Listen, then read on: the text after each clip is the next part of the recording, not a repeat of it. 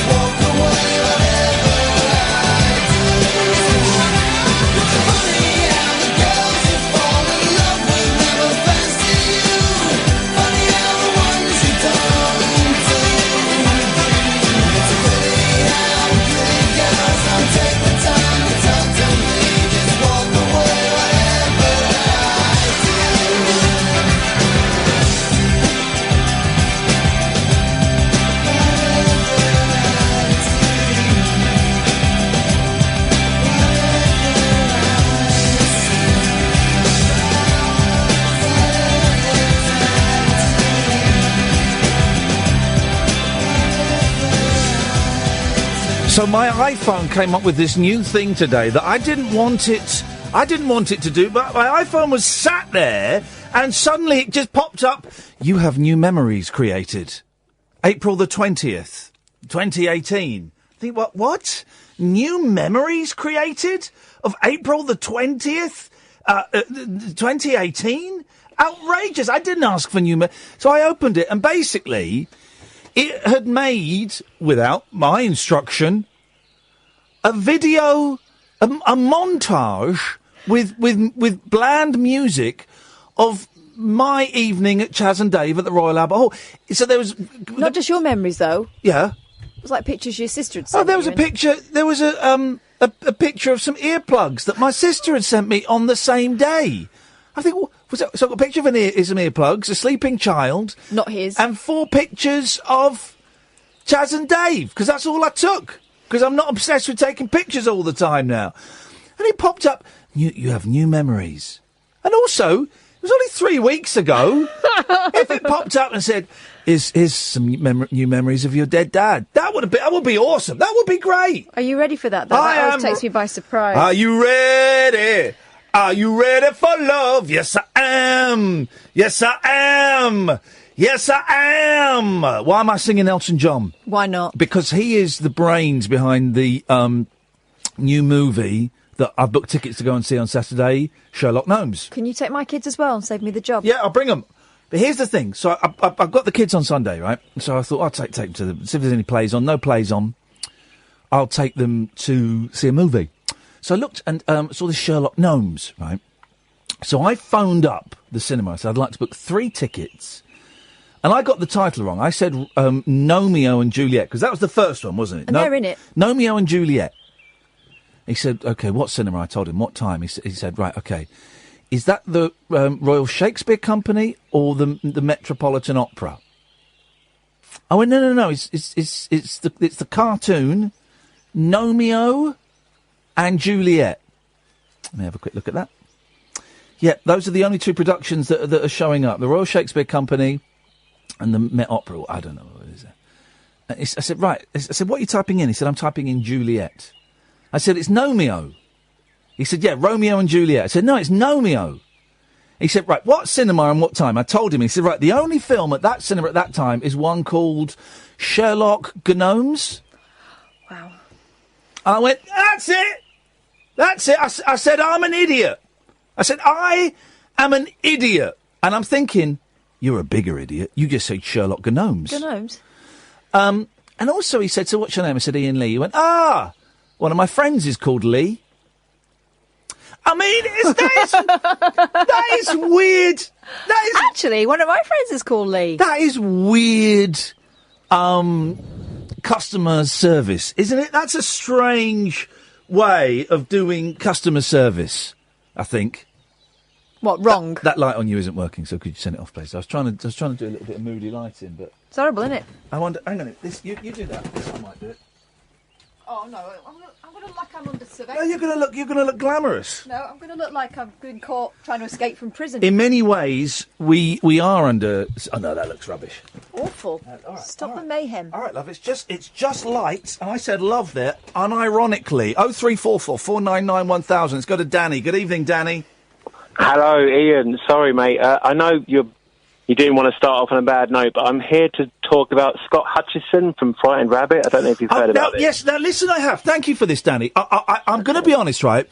I don't know who this gentleman is, and I don't know this band, right? But I've seen a couple of people that I follow, namely Emma Pollock, formerly of the Delgados, excellent singer-songwriter, and Limmy have been tweeting about this guy, and I went and had a little look at his timeline.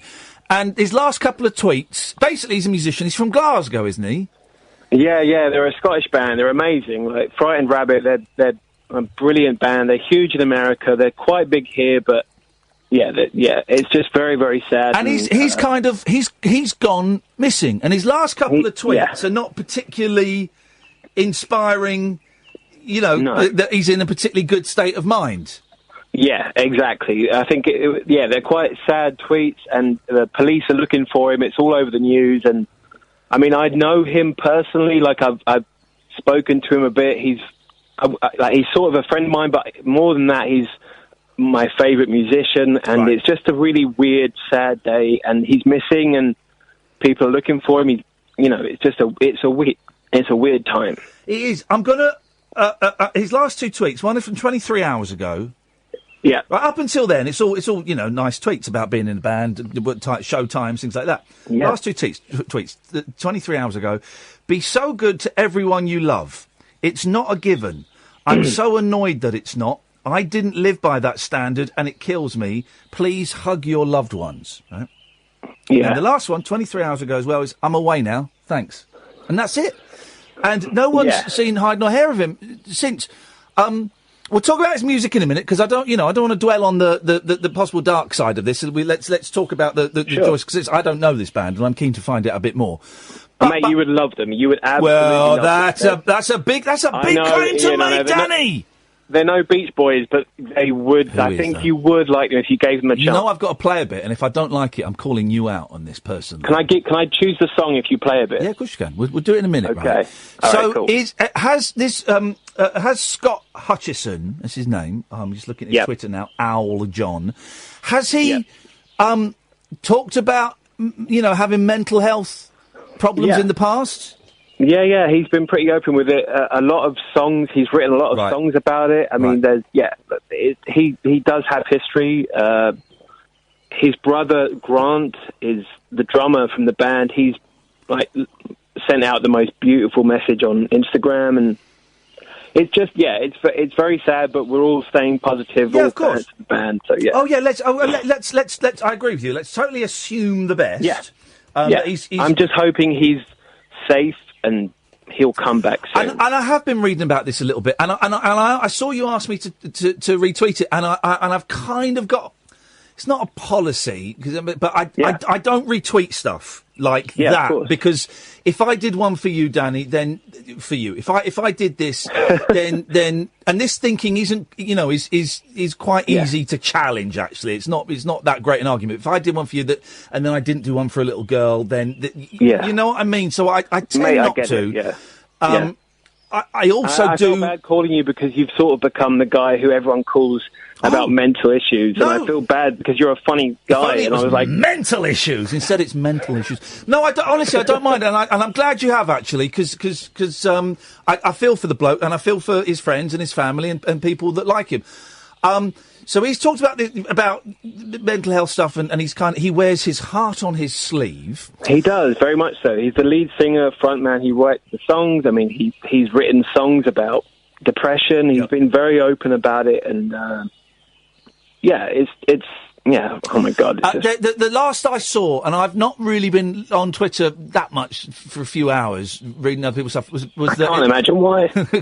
was the suggestion that maybe he'd gone to Edinburgh. Yeah, so they were in Edinburgh. He was at a hotel, and he left about 1 a.m. this morning. It's apparently in Queensferry. So the first thing I saw was today that Scottish police were looking for him, and he left some sad text, he left some sad tweets, and I don't know. All I'm hoping for is like a Stephen Fry version where he just had enough and he wanted to flee and come back, and that's what I'm hoping for. He just needed some space. Yeah, let's assume he wants a few nights on his own, and that's fair enough. Everyone wants that, and and hopefully he'll pop up in the week or a little bit later and go, sorry for worrying you guys. This is where my head was at. So let's hope that. Right.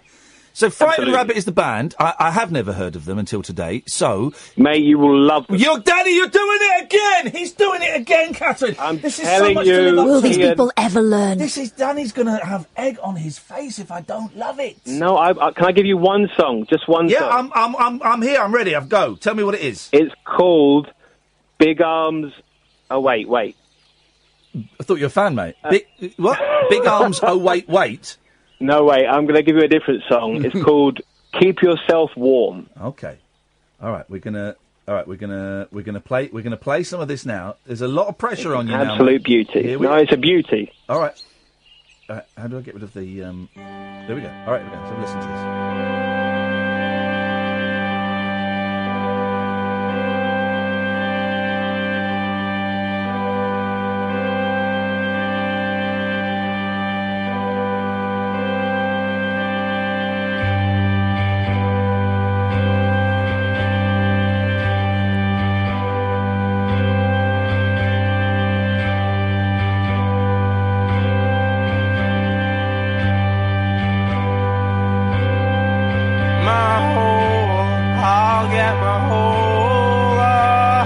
Stop it there for a second.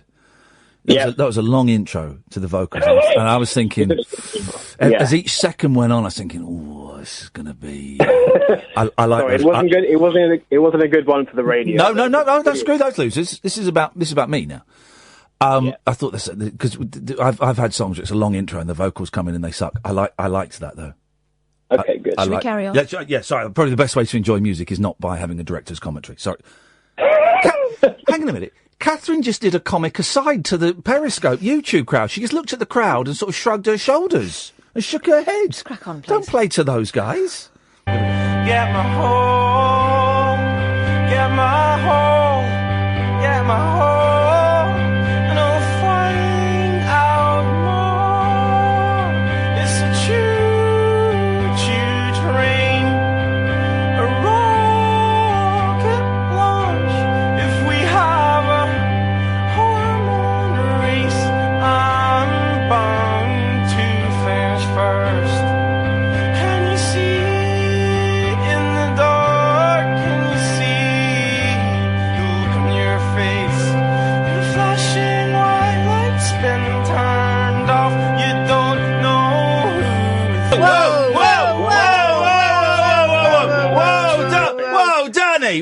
Whoa! Sorry. Whoa, Danny! Yeah. Sorry, Whoa, Ian. Danny! What are you I trying know. to do, Danny? Danny?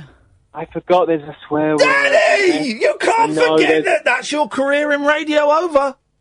There's an F-bomb. There's an F-bomb. I'm sorry. I know, we heard it! We just heard it! I don't think it went out. If it did, you have my apologies. You'd have heard it on YouTube. Sorry, guys. Although you can handle an F-bomb. You're on the internet. I but apologise. Please send all complaints to Danny, and we'll pass on his phone. I liked that. I liked that. Not my normal cup of tea. Kath, you were not quite convinced? If you give it a try, you'll like them a lot. Yeah. I was waiting for it to start, but It kicks in. I picked a bad song. You picked a sweary song, Danny. You picked a sweary song. I picked a song that kicks in after 3 minutes, which is great for the radio. No, don't worry about it. I enjoyed that. Well, listen. Stop saying well. Listen. Best of luck. Fingers crossed, and let us know if there are any updates, man. I will do. Thank you, Ian. I hope Thank your man you, turns Catherine. up. Thank you, Danny. Cheers, mate. Thanks, Thank Danny. you, guys. Ta-ta. Cheers. Bye-bye. 0344 499 1000 is the telephone number. This is the show you can call in about absolutely anything you want. The late night alternative with Ian and Kath on Talk Radio.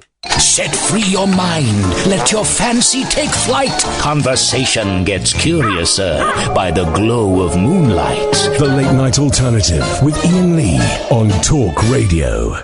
0344 499 1000. So yesterday was a momentous day for me. After the show, I went home and I stripped off and I got my clippers out and I did a little bit of gardening, a little bit of indoor gardening, bollock bonsai, todger topiary I did. And how many sausage slip-ups? well, there were 5 nicks, 3 balls, 2 shaft. He's in tatters, ladies and gents. Not major, but I almost circumcised myself at one point. Did you get some little bits of toilet paper and stick them on? No. I don't think. Here, do you want to have a look? No, I really don't. You don't want to see it? No, I don't. Well, just have a quick look. No. Kath. No, I bet it. No. Kath, it's there? I bet it looks like ET with plasters. All right, I've put it away now. Don't, I don't want to see it. I've put it away. I can see. Okay. Flipping heck. It's not as dark in there as it used to be. Did he have that out then? No, he didn't. Good God. Another one for the tribunal. So, I did it. And I thought, I'm just going to cut it back a little bit. I told you that's how it would start. What did I tell you? And then I cut it back, and there's loads of hair in. I did it over the toilet, and then some of it's on the floor. But so there's loads of hair in the toilet. I'm thinking that doesn't really look any different. So I went for it. I mean, it's not completely bald because Look like the last chicken in the shop. no, I've got a young man's penis. Give it back, don't fear. An old man's testicles. No, my penis looks young, healthy, fresh, a little bit longer. It really is doing the do. And so what I'm going to do, I'm going to start a website called simpleasthat.com. And what it's going to be training videos for male genital grooming. I don't mean grooming in that sense. And I'm going to... Personal grooming, they call it. Personal grooming. And I'm going to be showing the guys, and maybe some of the gals want to watch it so that they can do it on their partners.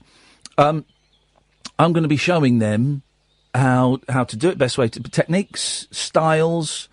Styles? What, like centre parting? No, knobby styles. That's a good one. Make that up. Fair play. But it's good. But here's the thing, right? Because I've got hairy chest and I've got slightly hairy stomach, and then it picks up again, my crab ladder. And Jeez. So I didn't know where to stop. So I was very tempted just to do the whole frontage. You know that within 3 days that's going to be like Desperate Dan's chin. Oh, it's a little bit now, but do you know what? It wasn't sexy. Some people find this thing kind of sexy. It wasn't a sexy thing to do. What? You're doing it over the toilet? But I found it embarrassing. Not embarrassing, empowering. There's a Freudian slip. And I found it empowering. And it's weird, right? Because I have done pretty much everything one man can do to his own body. Every part of me has been fingered, manipulated, and abused, right? The one thing I've not done before is trim my pubic hair. And I find that amazing. Josh, how's your pubic hair? Hello? Hello, Josh, how's your pubic hair? How's my pubic hair? Yeah. Yes, Josh. Yeah, I want to talk about Arsenal, mate. I don't want to talk about pubic hair. Okay, well, have you shaved your Arsenal? Have I shaved my Arsenal? Haha, you're hilarious, mate. Just put me through to Ian, yeah? I just want to get something off my chest about Chelsea. Okay, you're through to Ian, and you're right, I am hilarious. Do you shave downstairs? Because I shaved downstairs for the first time ever. Mate, I want to talk to talkSPORT. Who the hell are you, mate? Yeah. How is your pubic hair, you thick idiot? Can you put me through to talkSPORT, please? No, mate, because you've got to phone up them. This is a different radio station, you absolute numpty who doesn't know how to use a telephone. All right, listen, I don't know what radio you're from, but you're not going to talk to me like that, mate. I will talk to you how I want. Your name is Ian, mate. You have expired, mate. All right? Your name is Ian. No Ian in the world should be talking like that. I will talk to you exactly about, but my last name's Lee, and that means I can talk to you like that.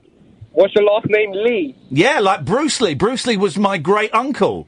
Yeah, Bruce Lee. Oh, really, mate? You're probably bold, mate, because all Ians are bold. That's what I'm saying. I've just shaved downstairs. I am bald down there now. All right, mate. Listen, I don't know what way you swing, but I don't want to know about your pubic hair, yeah? Well, you keep talking about it. Yeah, you're doing this for the ratings, mate. You're boring, all right? And Ian, if I saw you in real life, face to face, you would never have the front. Yes, I would. To me like this. Yes, right? I would. I would. On radio, I would. Give it a bigger. Well, listen, you don't even know how to operate a telephone. You've called the wrong radio station. How stupid are you? In fact, you're probably above slight average IQ for a talkSPORT listener, you muppet. Oh, you're jealous. You probably get this all the time, don't it? You think? Yeah, I get thick idiots ringing up the wrong radio station. I want to talk to talkSPORT. I want to talk to talkSPORT. That's why you're upset. You're jealous of talkSPORT. You think people want to talk to you, but every time they call you, they're like, "Oops, wrong radio station." Yeah, because all talkSPORT listeners are thick. I get that. Oh, look at you, jealous of talkSPORT. No, not jealous at all. All talkSPORT, not when their listeners are as thick as you, Josh. Not when their listeners are as thick as you. You didn't even know you were on air. In fact, you don't even know the name of the host you want to talk to. What is your radio station's name? What is your radio station's name? It's Heart 106.2. What? We are Heart 106.2. Mate, I've never heard of that, mate. Listen. Have a good day, Ian, all right? And one thing I'll tell you, change your name, mate. It's bloody boring, mate. It's extinct. I hope you ain't named your child Ian Jr., because he's going to get picked on in school, all right? No, I've named him Josh. See ya later. Bye, Josh. Thanks for calling, mate. What an idiot. What a dick. Be fair, though, numbers are quite tricky for those people. If he calls up again, I'll get it. Ian.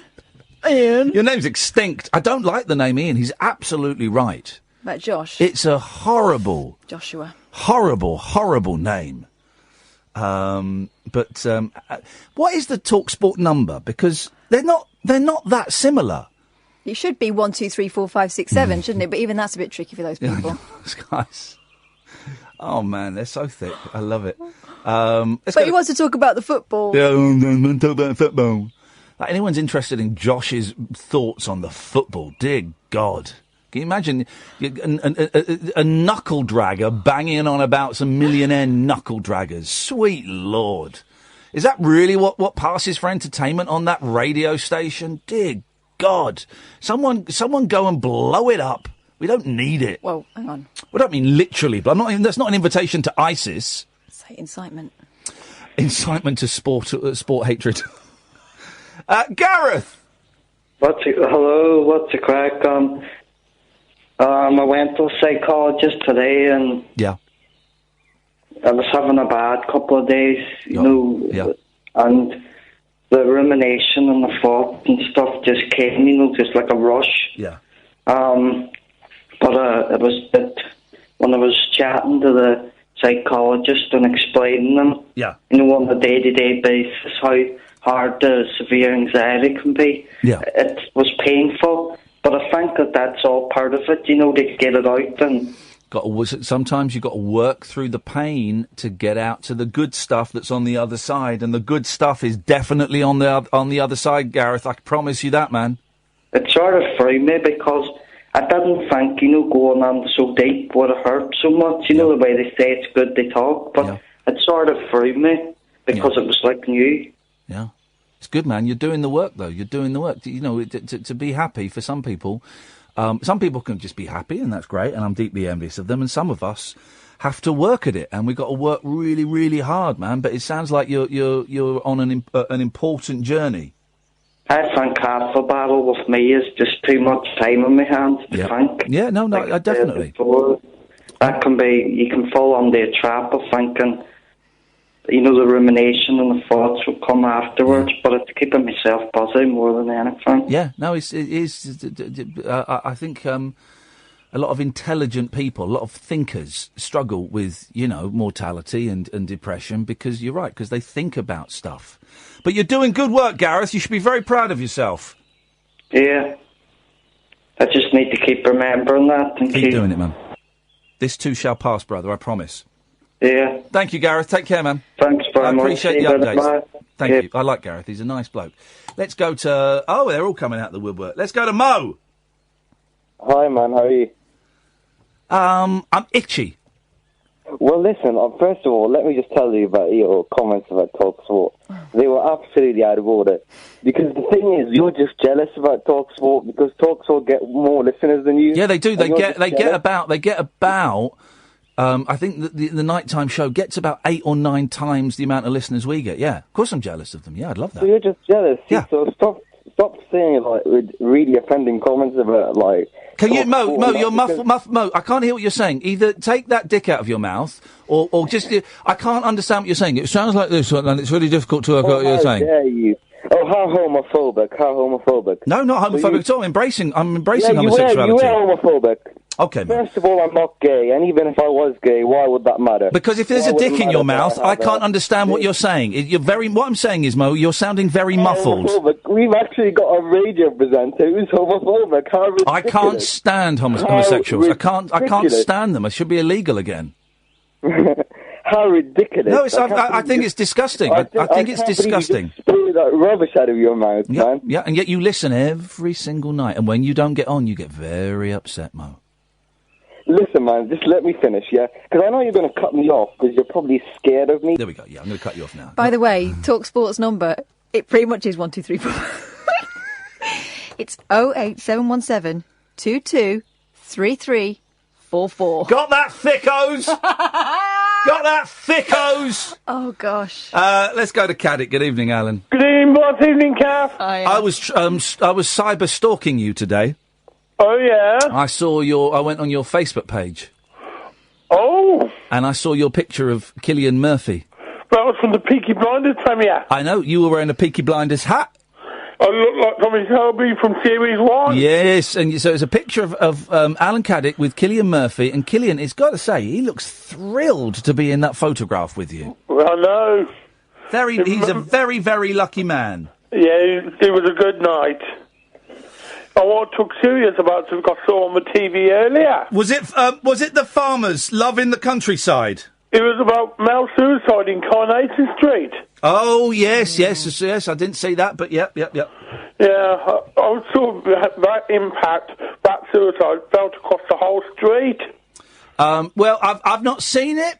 Here's my thinking on it, right? It's a big story, good for them, well done. And Coronation Street getting a lot of flack at the moment for having darker storylines. Soaps have always had from about 1985 onwards, have always veered towards the dark. But Coronation Street always had funny bits, though, didn't it? Oh, but there'll still be funny bits in it. But they had Brian Capron. What was the murderer? Richard Hillman. Richard Hillman. That was dark. That was 15 years ago. That was dark, man. They always have their dark stuff and they have humour. But here's the thing. It's Shane Ward, isn't it? I was saying this to Kath, right? If you were... Right, because let's be honest about Shane Ward with respect, right? His pop career is done. Yeah. And once he's out of Corrie, he's only been in it a bit, his acting career is probably done, right? There's not... I can't imagine him going off into the movies or doing a Saran Jones, you know. Right. So, when you get given a script, you go, right, yeah, like this script, I notice I commit suicide in it. Can I just... What's the flexibility on that? No, that's the thing. All right. So I kill myself, and you see me die. There's no chance that I've snuck. Yeah, you definitely die. Okay.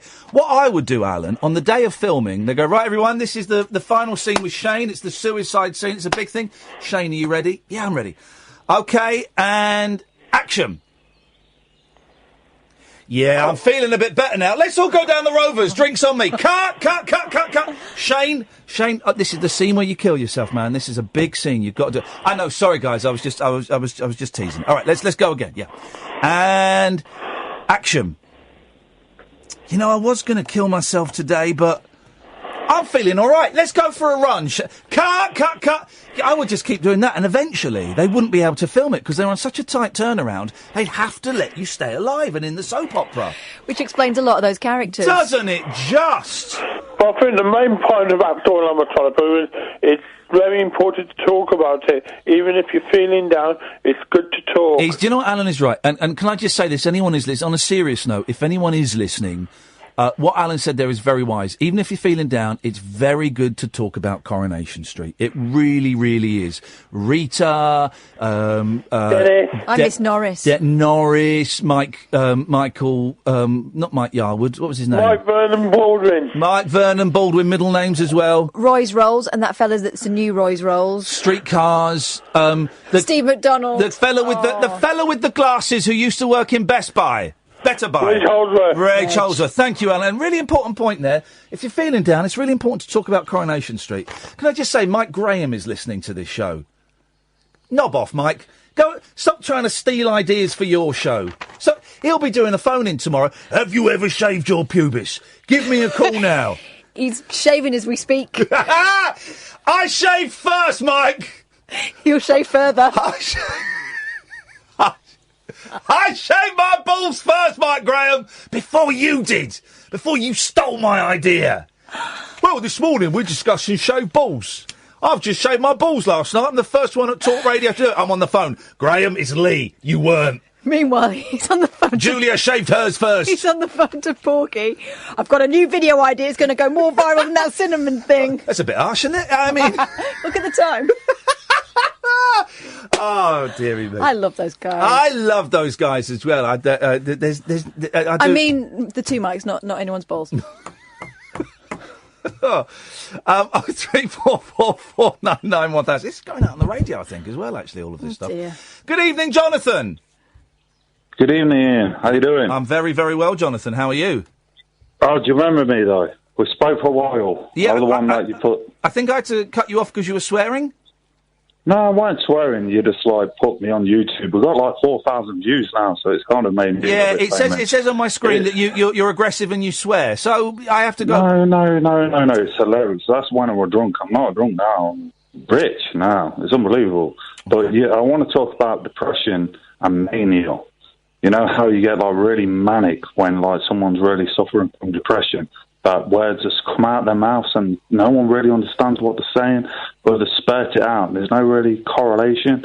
You've been in the news a lot. I'm worried about you, Ian. I'm not bipolar. I don't suffer from mania. Much, but you're in the news a lot. I've seen being in the news, Jonathan, does not necessarily mean you're bipolar. Bipolar is what we used to call manic depression. Hang on a minute, Jonathan. I remember exactly who you are, mate. And you'll shut up for a second. You do. Yeah, now I do. You're the rude man that swears a lot and is aggressive. Being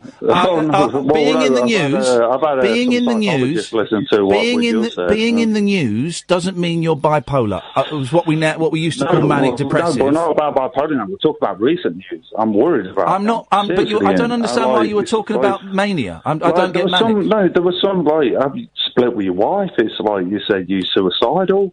Someone's trolling you. I'm have I contributed to this? No, not at all. I don't. No, you haven't contributed. You contribute nothing, not even content to the show. So no, you. No. I'm personally responsible for making you famous these days. Again, I don't know. If it wasn't for me, you wouldn't even been in the jungle. In the jungle. This guy.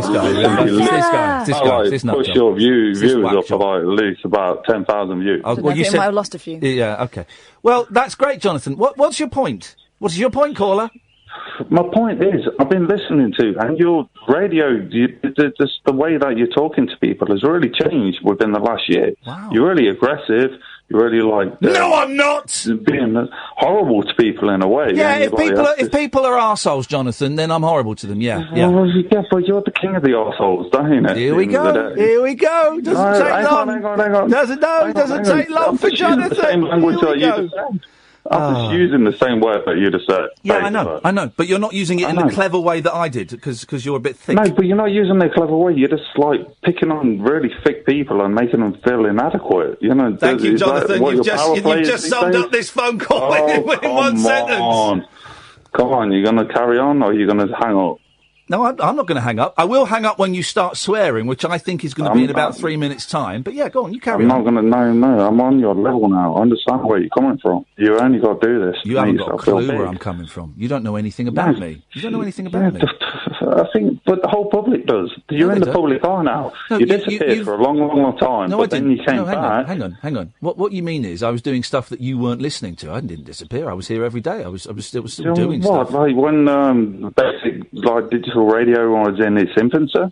But now you got popularity. But it was basically the jungle. Dennis Wise made you cry, and now you're famous. That's what it is. Fair play. People look at you now. Jonathan, I don't understand what the point of your calls are, because all I get is... Please let me finish a sentence. Please let me finish a sentence, Jonathan. I'm a mirror to Please let me finish a sentence, Jonathan. Please, I beg you. Please. You're normally saying this to another person. Please let me finish a sentence, Jonathan. Please let me finish a sentence. It's only good manners. I don't know what the point of your phone calls are. They're couched in meanness and a dark underbelly. Everything you say is complete nonsense. And if you're getting all of your information about me from Daily Mail online stories, then I suggest... Daily Mail. Yeah, I suggest... Then well, let me finish. Like Google is like really in cahoots with the Daily Mail, so... Yeah. If you're getting everything about me from Daily Mail stories, Jonathan, then I suggest you need to look a little bit... Yeah, but how are you representing yourself? It were only 2 days ago, don't you? It's like Iain Lee wants to commit suicide because he's being trolled by somebody else. Not what the story was at all, but well done for not reading it properly. No, well, that was the headline. No, it wasn't. The headline wasn't Iain Lee wants to... Don't you understand how multimedia works these days? Yeah, well, I understand it. Don't you understand? Are back in the old days? Here we go. Don't you understand how words work? The headline wasn't Iain Lee wants to kill himself. No, Iain Lee wants to commit suicide. No, it wasn't.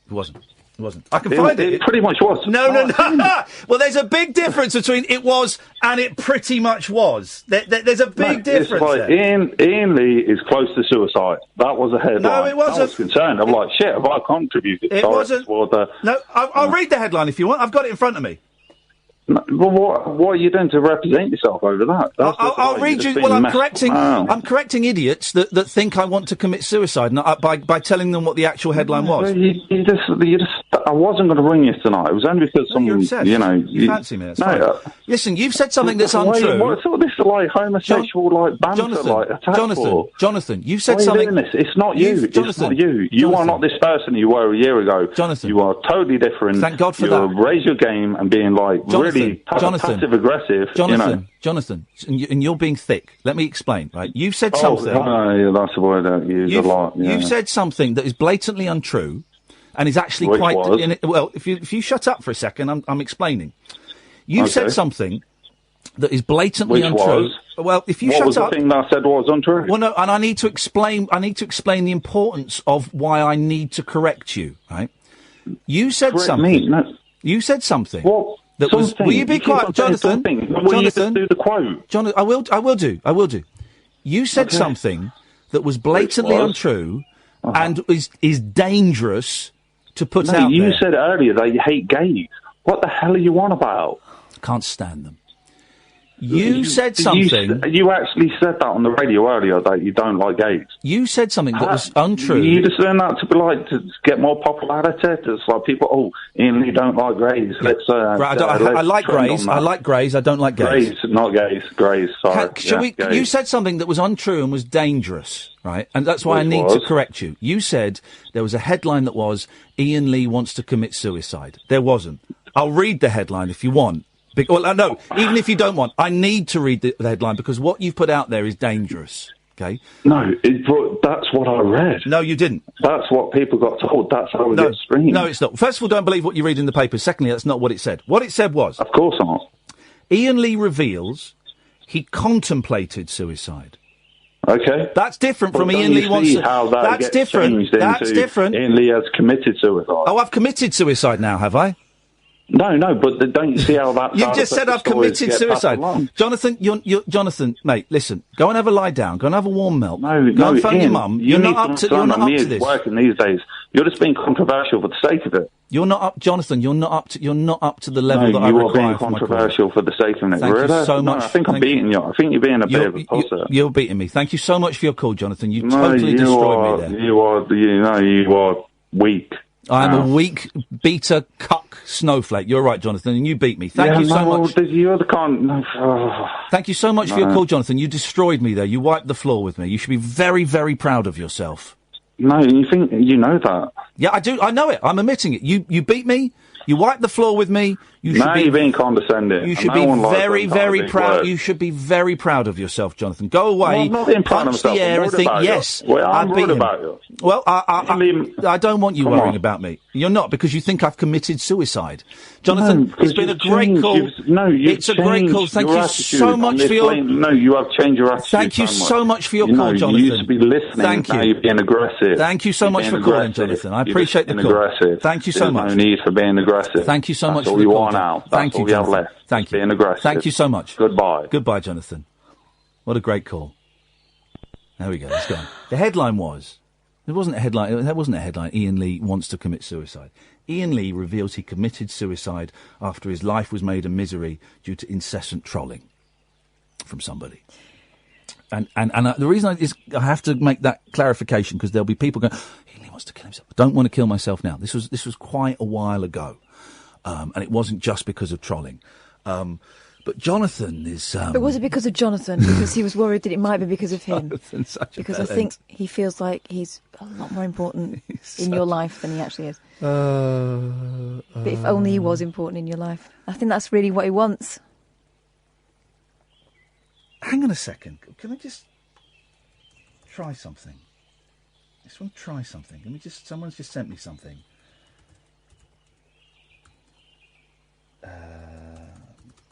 I'm just going to play a clip of someone. See if this is the same voice. And I'm feeling better. I'm feeling great, man. So bring it on, you know. Just No, it's not the same person who ever sent me that in, for goodness sakes. This is Talk Radio.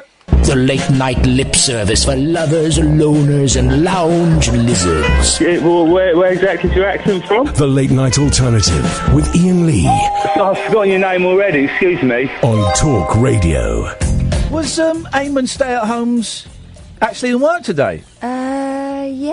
Outrageous. That's nearly a full week. Eamon left the homes. Oh, no, he wasn't on Monday, was he? Bank holiday. 0344 499 1000. Good evening, George. Good evening, Ian, Cass. At last, a bit of peace The and wizard love. and his enchantress. Yeah, here we go. Well, this is what we want now. After it's been a roller coaster, a roly coaster of the first 50 minutes of the show. We all just need to calm down a little bit. I think we can do that together. Yes. It would be great if you could play a song for me. Ronnie Carroll, Something in the Air Again. We're only a couple of days, few days away from the Eurovision Song Contest. And you know my late friend Ronnie Carroll. Yeah. He took part in 2 Eurovision Song Contests in 1962 and 1963, and he came 4th both times. Here we go. Hang on a minute. I think this is it. Here we go. Hang on a minute. Here we go. Something in the Air Again. Oh, why is it not playing? Oh, I've muted it.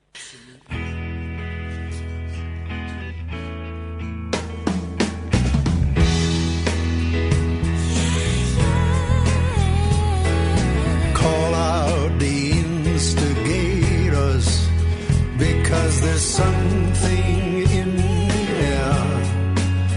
We've got to get together sooner or later.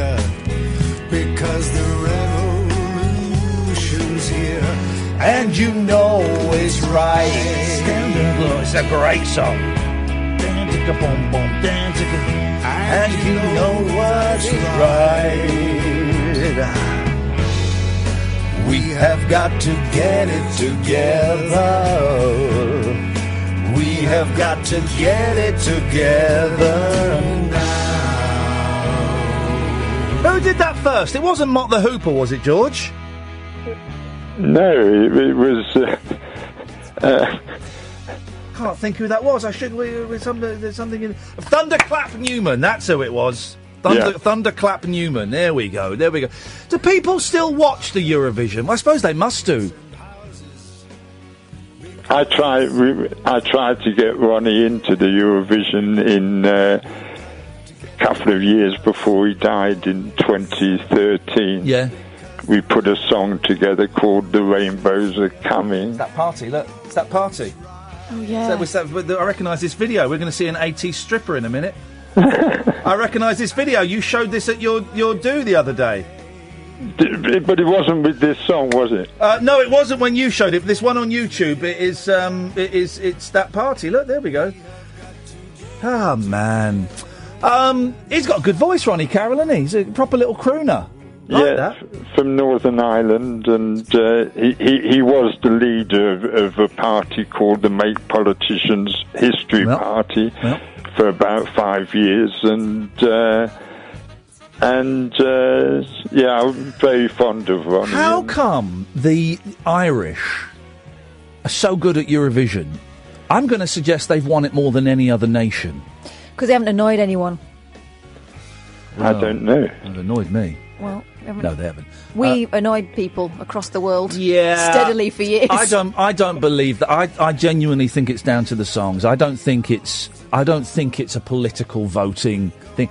Why don't they? This is what they should do, George. This is what they should do.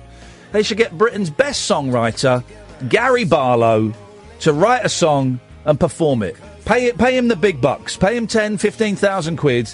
Pay him the big bucks. Get him out there. Let's bring that trophy home. We still wouldn't win.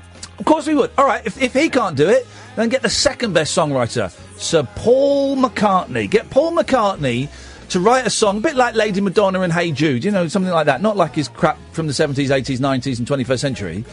Well, I'm looking forward to a Europe that has no countries in it, so the future Eurovision Song Contest would be the cities of Europe rather than the countries of Europe. I don't want to get technical, but Eurovision doesn't actually mean Europe. It means it's a satellite. It's a satellite system. That's why Israel and Australia are in there. I'm getting technical. George, lovely to talk to you. We'll speak a bit longer tomorrow, maybe, mate. Thanks for calling.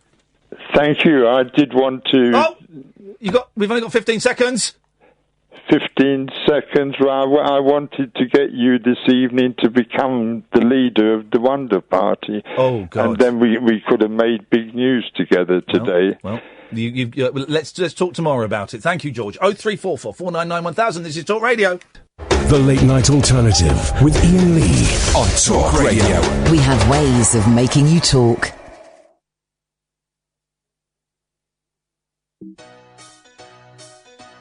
No. We haven't got the song because I couldn't trust you, Catherine. I had to take my computer. You're going to play Size of the Cow there by the Wonder Stuff. Why? Because it's a great song and Airhead reminded me of it. I'm just in that vibe. But because of you being untrustworthy, I had to go to for a comfort break, and I couldn't leave my computer You've got to here. be very careful with that at the moment. It's in tatters. No, it's it fires, but it's just like a watering can. I had to take my computer with me because you would have done what a mate shouldn't do. You'd have gone on my computer, you'd have opened up the internet, and you'd have looked at my Pornhub history, and that is private.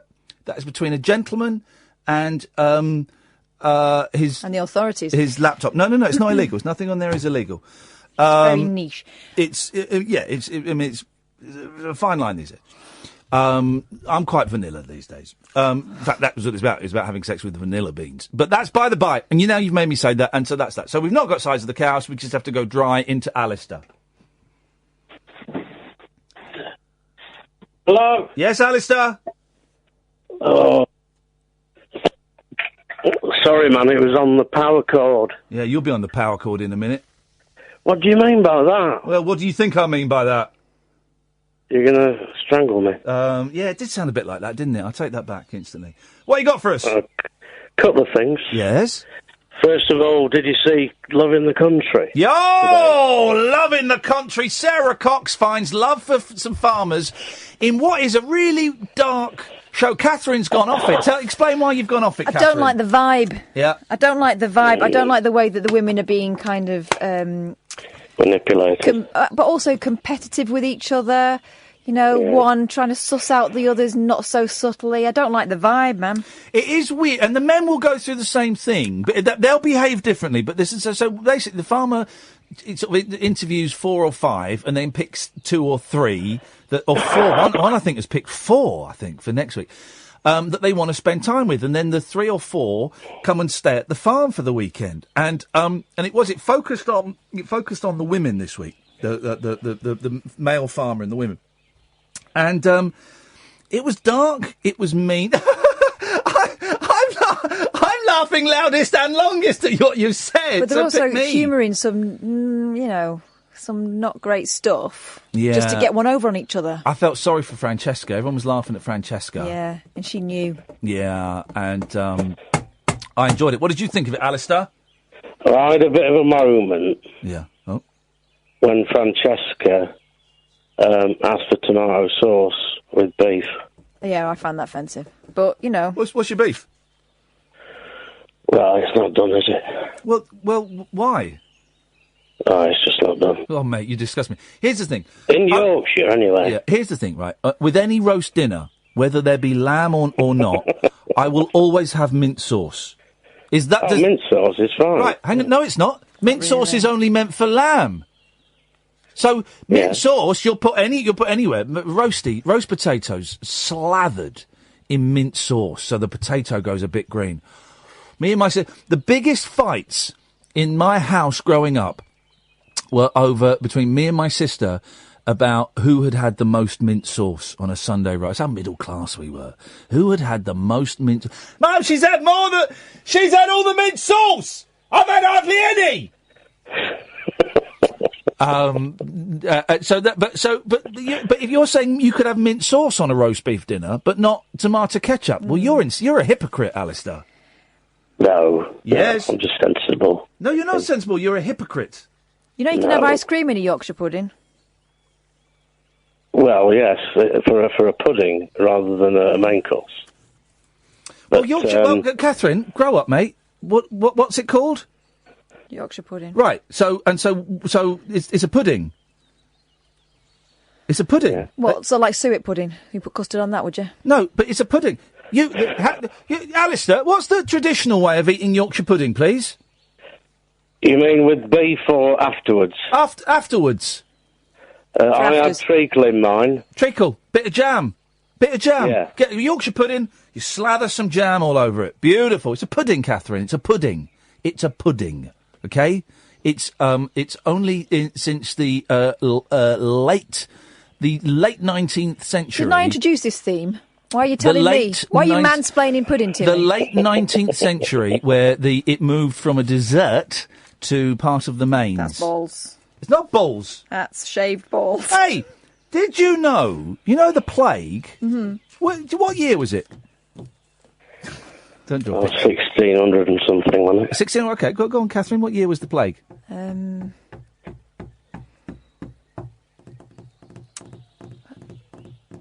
think it was more than a year, wasn't it? Katie Puckrick would know, anyway. Katie Puckrick would know, exactly. She wouldn't. She wasn't. She would, Her actually. country wasn't even invented. So go on. Well, okay. When was the plague, Catherine? Oh. Because I'm about to blow your freaking mind. Go on then. No.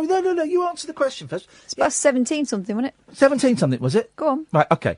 So the plague was 1603. Right. And the plague was 1592. Gosh. The plague happened twice. Mm-hmm. Don't say, as though you knew. First of all, you're 100 years out, and you thought it only happened once. The plague happened I don't think it stopped happening. I think twice. It was bubbling away. The plague... No, it stopped. The plague happened twice, right? It can't have stopped, otherwise it wouldn't have come back, would it? And 1592, what percentage of inhabitants of Stratford-upon-Avon died? What, the whole lot? No, 25%, right? Right. And what was the name of the young lad that escaped from there? Jimmy No Plague. William Shakespeare. William Shakespeare escaped from Stratford-upon-Avon, the plague, in 1592, and he fled to London. And then in 1603, 1604, when the plague was back for the Plague 2, I guess you would call it if you're making a movie, the Plague Reboot. Part 2. I wouldn't call it a reboot. Name a sequel that's been called Reboot. Reboot 2? Fair play. No, it's actually a great movie. That is a great movie. If you've not seen it, guys, I thoroughly recommend it. If you don't like Reboot 1, though, you won't. And they had to close all the theatres down. Right. Because social gathering is where the plague would spread. So they had to close all the theatres down. So the Royal Shakespeare Company went on tour. This is your country's history, Catherine. You'd be bored, but that says a lot. I'm just watching. Why? Why? It's education and it's knowledge, and it's free. Why are you doing this? You'd be bored of your own country's history. I'm not bored of that. I'm bored of... Okay, well, that's disrespectful. But what you're getting here, this is the thing I've worried about this show, Alistair. We talk too much about, pubic hair, all the stuff that Catherine wants to, pubis, and you ever had a fight with a pop star, all this silly stuff, right? And we talk, oh God, depression, I'm going to kill myself. Oh, talk about all that stuff, right? But we're not actually doing enough social and political history. And this is a new strand, and I'm glad we're having this conversation now. This is a new strand I want to introduce into the late night alternative. I want people being penalised. I want it to talk about. I want us to learn about this once great nation that we all live in. We all live in it. Some have been here, some have been here longer than others. You know what I'm saying? I think you do. But this great nation, this once great nation, and I think... We could have themes, couldn't we? I think the only way we can get this, we can make Britain, and I refuse to call it Great Britain at the moment because it's not, but the only way we can make Britain great again is by exploring what made it great throughout the centuries. So the plague. From now, and the plague and stoicism in the face of the plague. Well, they weren't stoic. They all head for the hills, didn't they? Well, no, thank you. I'm glad you brought that up. No, they didn't. Fleeing was the best thing you could do, but the government, or the king... Which king? King James. Which one? The first. Okay. Yeah, sorry, because Queen Elizabeth died and was replaced by King James I. I know all of this stuff, Catherine! The first Scottish king. And as soon as he came in, you get the plague again. Hey! So everyone wanted to flee because fleeing out of the cities was the best thing to do. But, of course, if you flee and you're infected, then you spread it. So the king brought in this law that basically, if you were poor, you weren't allowed to flee. But if you were rich, you could go and live in, like, your country estates and country mansions and things like that. So there was a smaller percentage of the gentry died, and a bigger percentage of the poor people died. What's new? Turning into a bit of a George Galloway here. But, so any other questions, Catherine? Because I've just blown your mind by knowing that. Is this finished now? The plague? Well, thank you for asking me that. And this is true, in certain parts of Ethiopia, the plague still exists, and also they found a squirrel in a park in, I believe, San Francisco. They found a squirrel in a park in San Francisco. It was coughing. That has the bubonic plague. And they also keep it in a jar, don't they? Not the squirrel, the plague. That's smallpox and polio they keep in a jar. In the same jar or different? Right.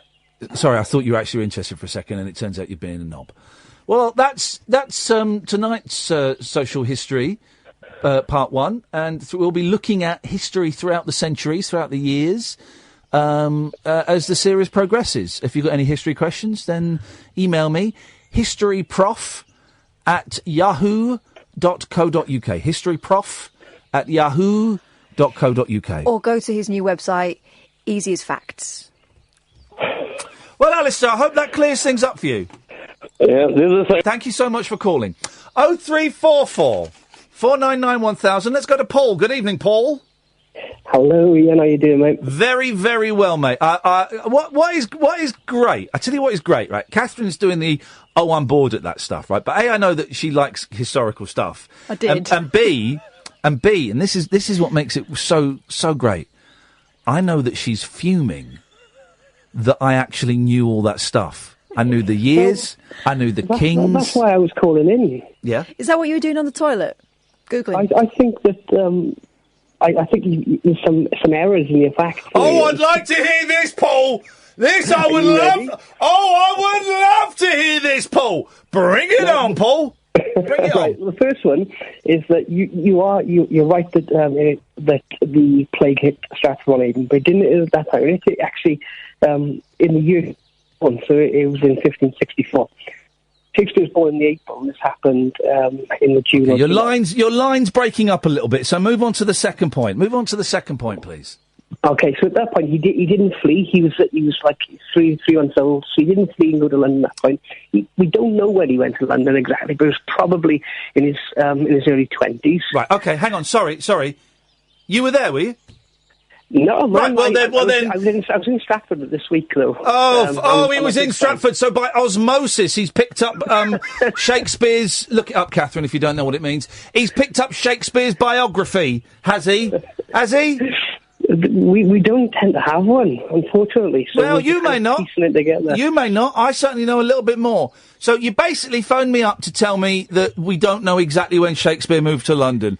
We know that. But the second point then is that the what we know is like the Great Plague, which was the Black Death, that happened then in 1664 and 1665. Okay, hang on a second. Let me just ask you a question, Paul. Go on. Did I get the Queen and the King right? Yes. Thanks very much for calling. There we go, you see. Know-it-alls. Hate know-it-alls. If you've got any questions about history, do email me, historyprof@yahoo.co.uk. This is the Late Night Alternative on Talk Radio. Moonlit musings from mums, madams, and meat packers. Never mind, I must have misheard. The Late Night Alternative with Iain Lee. The station's brilliant. On Talk Radio. 03444991000. Don't forget you can listen to Talk Radio on DAB. Download the app or go to talkradio.co.uk. And as always, you can watch the show on youtube.com/Iain Lee. If you look for the live feed, then we're there and people are chatting. 203 people watching us there now. And you can also go to periscope.tv/Iain Lee if you want to do that. You'd be very, very welcome. Jonathan called back, and then I guess he bottled it. Yeah. He put the phone down. So don't know what that. Well, it's not really. Are you going to be all right about that? Yeah, I'll be fine. No, but are you though? I think so. There's a lot of callers at the moment. Very dark vibe from some of them, and there's a lot of callers who are intent on telling me what I'm thinking and what I am feeling. And we know who I'm talking about. They've been on a few times, and. The thing is, you can't argue with those people because they know better than me what I'm thinking and what I'm feeling. Oh, and they know you. Well, they know me. Here's the thing, right? Honestly, I am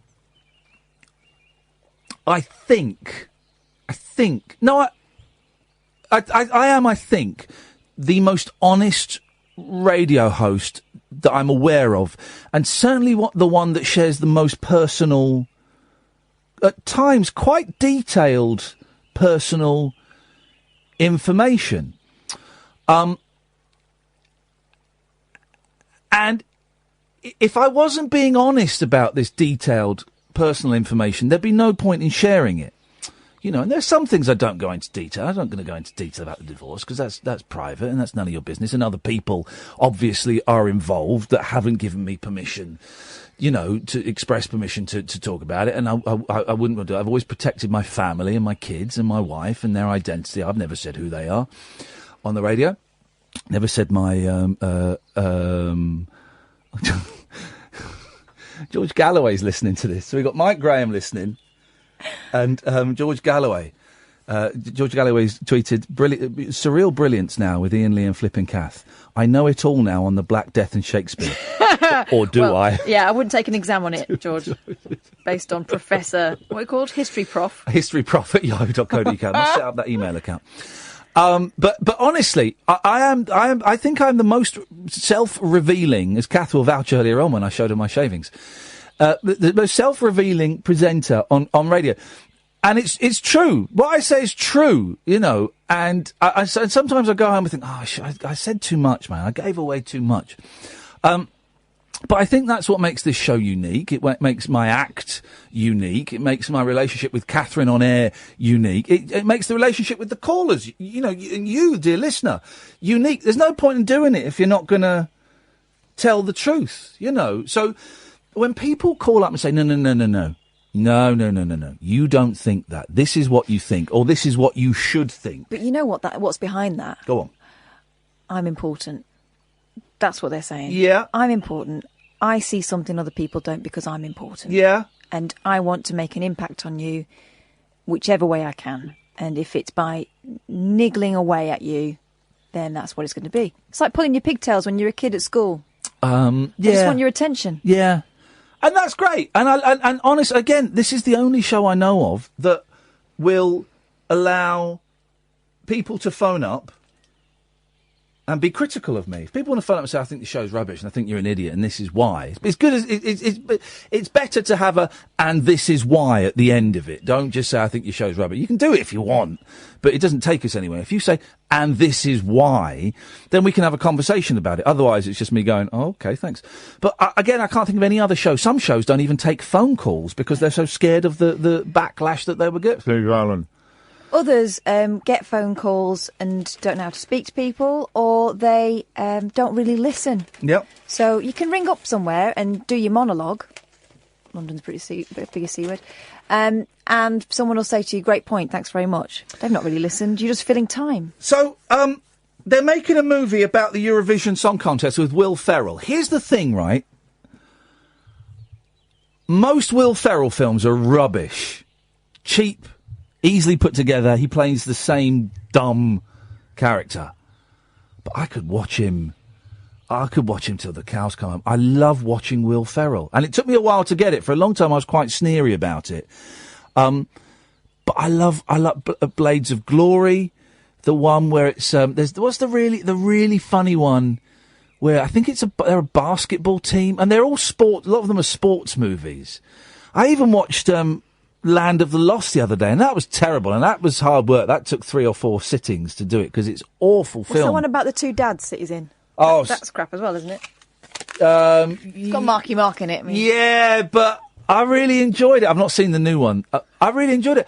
I love watching him. I think he's so watchable, and I love that dumb, middle-aged man character that he plays. I probably identify with it. I'll beat you to it there, Catherine.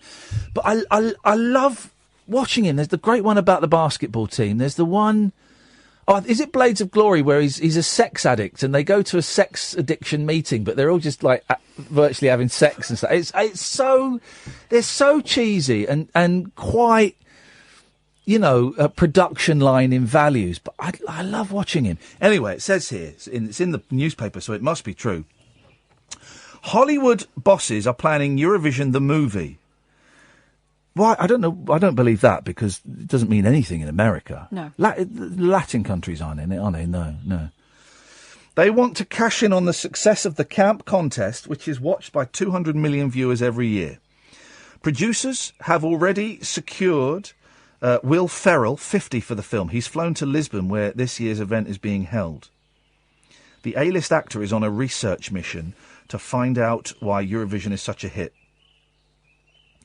A contest insider said, Americans don't know much about Eurovision, but this film will change all that. They'll find it hilarious. It is hilarious. It's a silly idea.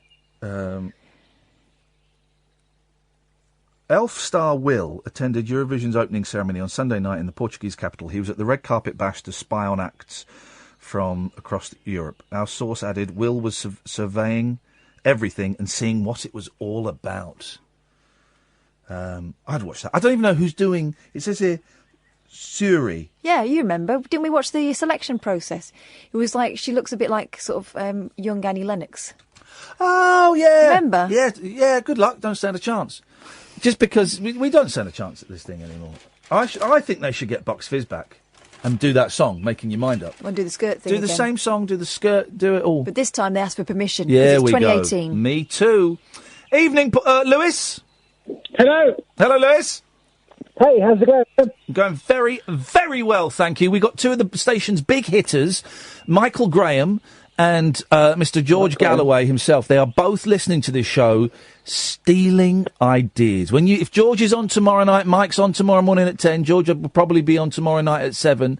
Oh, you will do? It's Thursday tomorrow. But he probably will still be on tomorrow night at 7. You listen. I bet they'll be talking about Will Ferrell. Manscaping.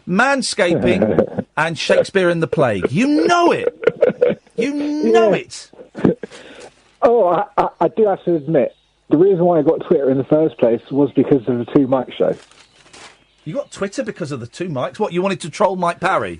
Or be insulted by Mike Graham. What did Liam Gallagher call Mike Parry? Cheap Poundland Kenny Rogers. Did you see that? Liam Gallagher. No. They called him Poundland Kenny Rogers. That's a great one. That's a great one. Anyway, Lewis, go on. What you got for us, mate? There's a Will Ferrell film, right? It's called Everything Must Go. Have you heard of it? Remind me, what happens in it? Well, it's quite sad, actually. It's not his typical film. Is that the one where he's in a book? No, it's not. He's an alcoholic. He loses his wife and kids and everything, and it's really bloody sad. It's a really sad film, but it's funny though because he does funny things. Right? I'm gonna watch that tomorrow. Thank you very much. Everything Must Go is called. I'm IMDbing it. There's one where which isn't that great actually. Everything Must Go. Will Ferrell, Rebecca Hall. Let's see what it gets on here. Yeah, that's it. 6.4. That's good enough for me. There's one where he's a character in a book. He's a character in a book, and it's wonderful. And the author who's writing the book is trying to kill him off, and he suddenly becomes aware. I've heard of this. It's a great concept. It's not brilliant, but there's some good bits. He becomes aware that he's a character in a book, and this author is trying to kill him off. And so he keeps trying to do things to make him more interesting in the book, so that she can't kill him off. It's quite a good film. Okay, well, we can swap. Lewis, we're swapping Ferrells. We're swapping Ferrells, man. Nice one, man. Thank you, Lewis. Right, cheers. Ta-ta, bye-bye. Bye, Lewis. Let's go to Paul. Good evening, Paul. Hi, evening. Evening. How are you? Yeah, good, thank you, mate. What you got? Oh, well, a couple of things. First of all, can we bring Terry Wogan back for the Eurovisions? It's going to be a bit tricky. I know, but I mean, could we not have a stand-in or animatronics, maybe? Well, you would think they've done... Hologram. Robo Wogan. Yeah, Robo Wogan. They've got holograms for ABBA that are going to go on tour. Then they must be able to CGI Wogan. I mean, they did wonders with his hair. So all you've got to do is just work down from that. They must be able to. Yeah. Okay, but the main point... Yes, I was chastised today. Good. And I need some agony aunt support. Yep. And your views. Here we go. Right, so... Basically, someone called Paul out for doing something wrong. And he wants to tell us it was okay. And we're going to go, actually, I think that sounds a little bit dodgy-bodsky. But let's give him the benefit of the doubt. Let's give him the benefit of the doubt, yes. Okay, so I actually was talking... moving a story along about something that happened on holiday, and I said, well, I happened to say transvestite, and I was told I can no longer use the word transvestite. Okay. It's got to be something else.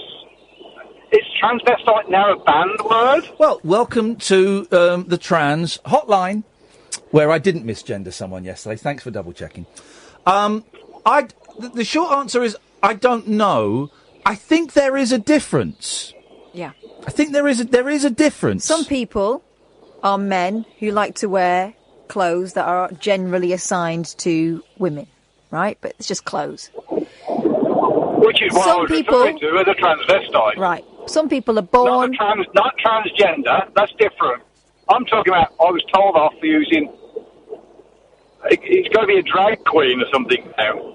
Was it a drag queen or was it a transvestite? Well, hang on, what's the difference? That's the difference. That's where I was chastised, Well, there's an element of theatre in drag queenery, isn't there? Okay, so what is transvesticism? Well, Eddie Izzard came out as a transvestite 20 years ago. Now he's transsexual, I think. Is he? Right. Okay. Let me check. This is what is great about this whole thing is it's evolving. Everything is changing. The language changes, and things move on. I don't know is the short answer, Paul. So is it transgender, transvestite, drag queen, transsexual? Transsexual. Yeah. Transformer. I don't know. Well, I suppose you could have asked her. Oh, she said it's definitely it's an abusive word now. Apparently. Well, who told you? Who told you it's an abusive word? The person I was talking to. I don't want to name her name. No. Okay, but you weren't talking to the trans. You weren't talking to the trans person. No. Right. No, but she's a lesbian. I think we can say that word now. We can say lesbian. Lesbian doesn't necessarily grant significantly more insight into trans. I don't know. Because he's got to tread so carefully. Because I don't care if I get abuse on Twitch. I'm fishing around doing the best I can. Well, I don't know. We'll have to put it out there, Paul.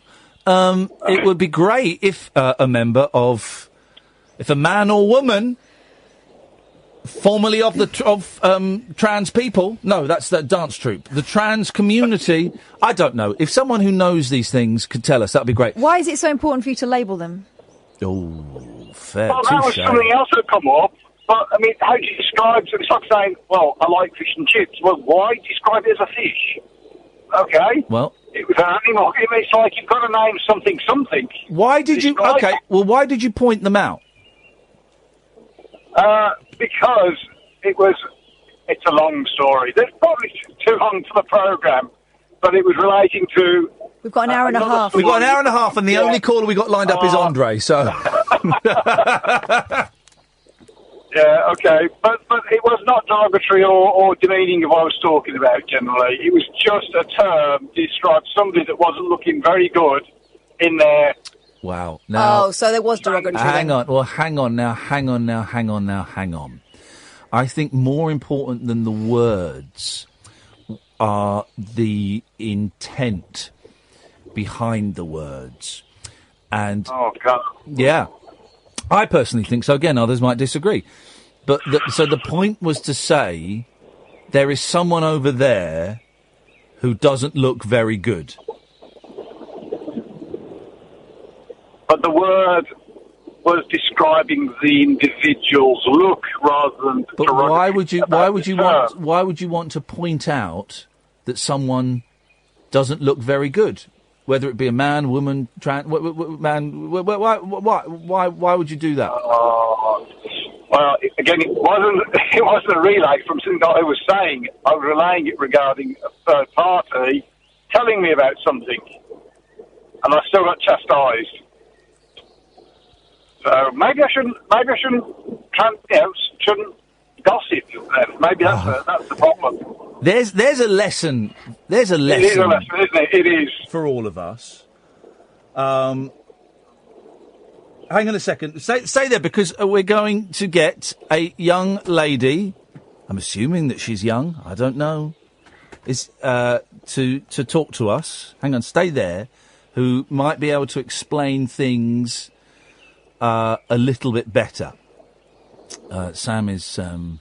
Just while we've got this pause, I had a look yes. for Eddie Izzard. Now, I remember him saying that he was a straight transvestite or a male lesbian. That was back in the day. But now he's saying he is transgender. Right. Sorry, she is transgender. There we go. No, hang on. And a complete boy plus half girl. Okay, so... Sam, is Napoleon... No? It's nuanced. No, we have no Napoleon.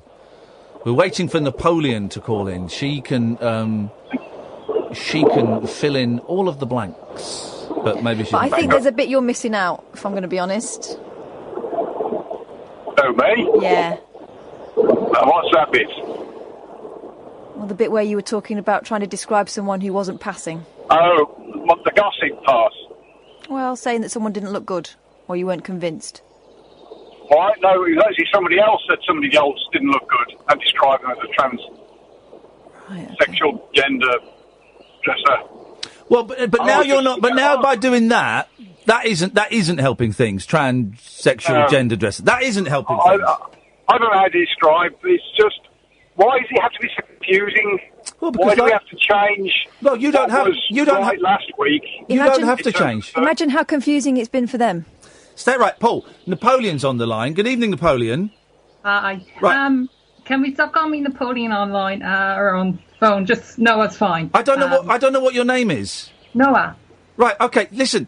Can you stop coming on with a cob on? Because I don't know what your name is. Sorry, I didn't mean to go on with a cob on. Also, just to clarify, because Kath, listen back, I didn't misgender you yesterday. But anyway, that's to one side. So. Okay. Can I just have a quick reply to that? And then... sure. And then I'll have a quick reply back. I'm fully admitting that I misheard you, but later in the conversation you misheard me, so these things happen. I apologise. Well, when we thought you swore. Yeah. Yes. Okay. Fine. But why can't you just accept that you accused me of something wrong instead of saying? I did. I misheard, but then you misheard as well. Yes.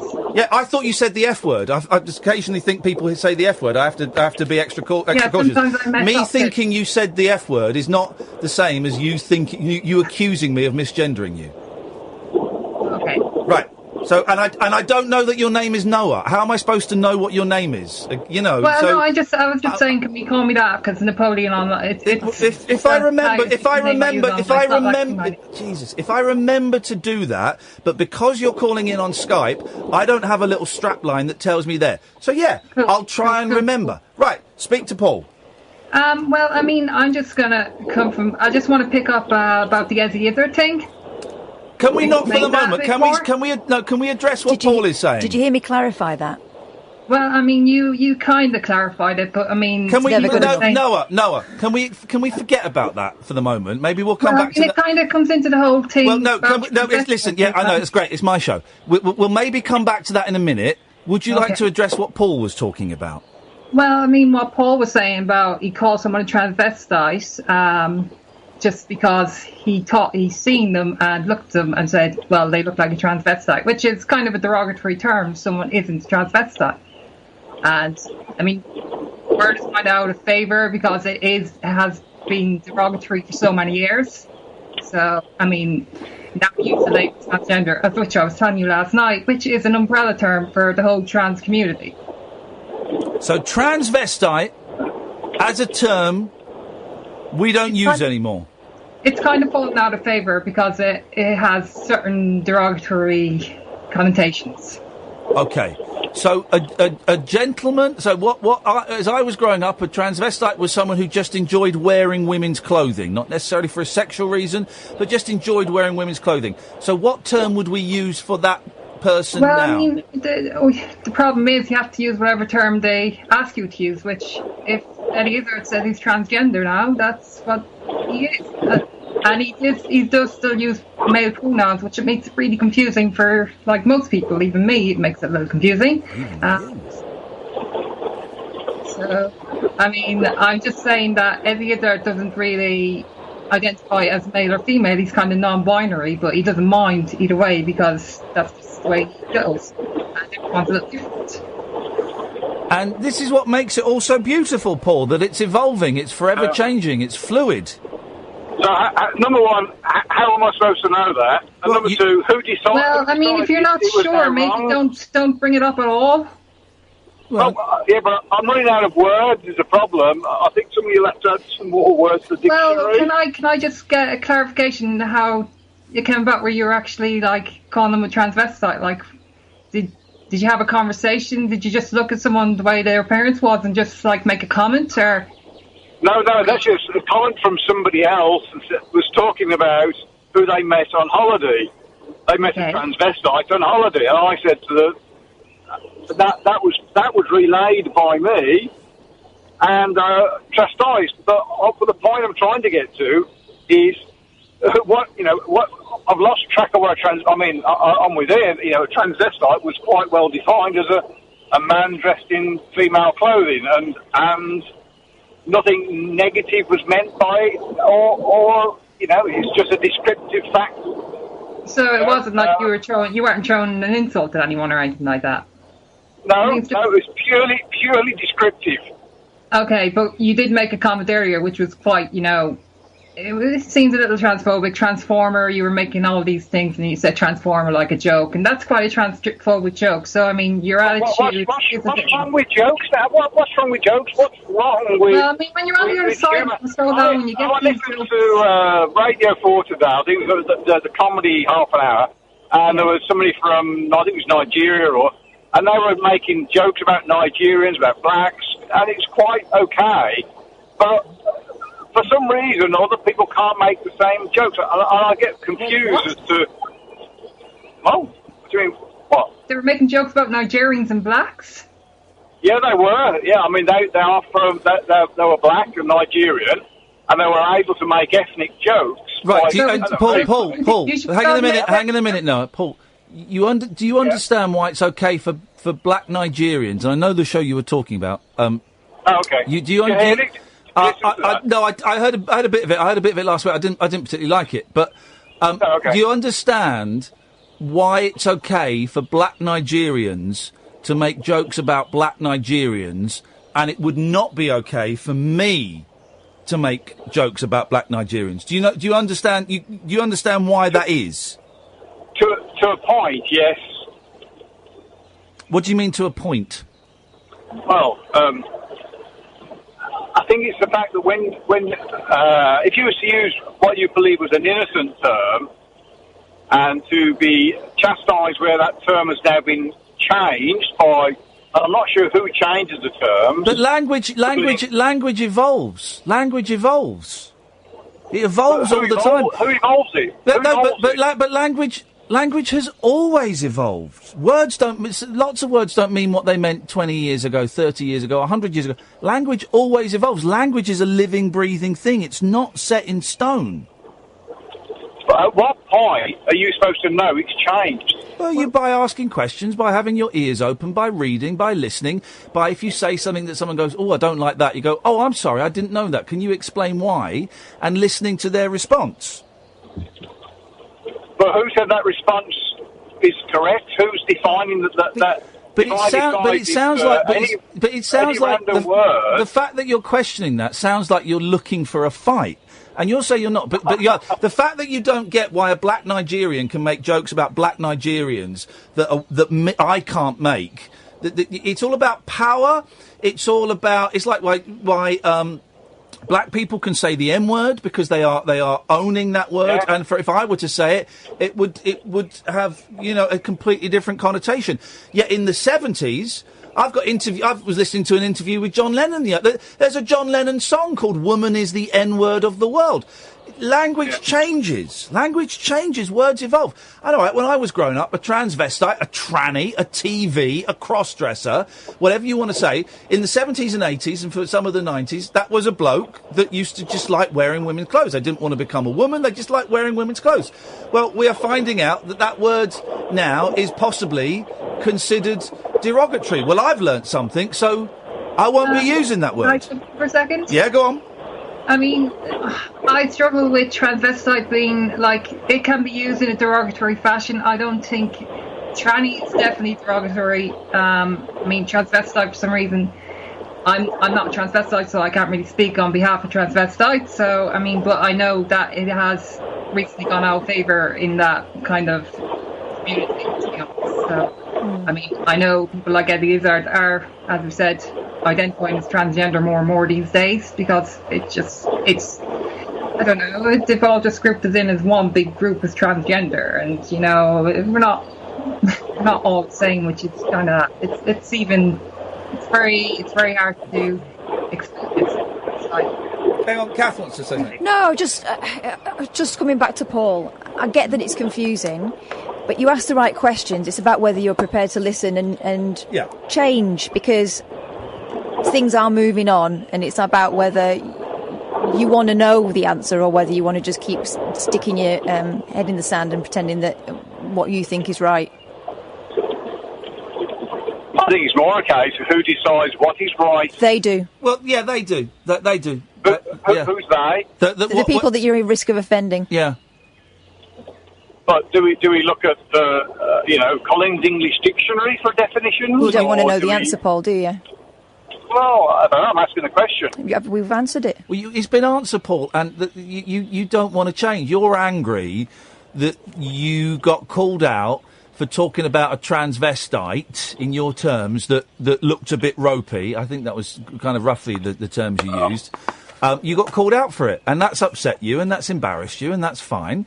And you're angry that a minority group has taken away, or has seemingly struck a word from your vocabulary. Just don't say the word transvestite again. I haven't got that many words to use. I'm struggling now. You've been given a few tonight. Yeah, you won't. You'll survive without calling someone a transvestite. Yeah, no problem. All right, nice one, Paul. Thank you, mate.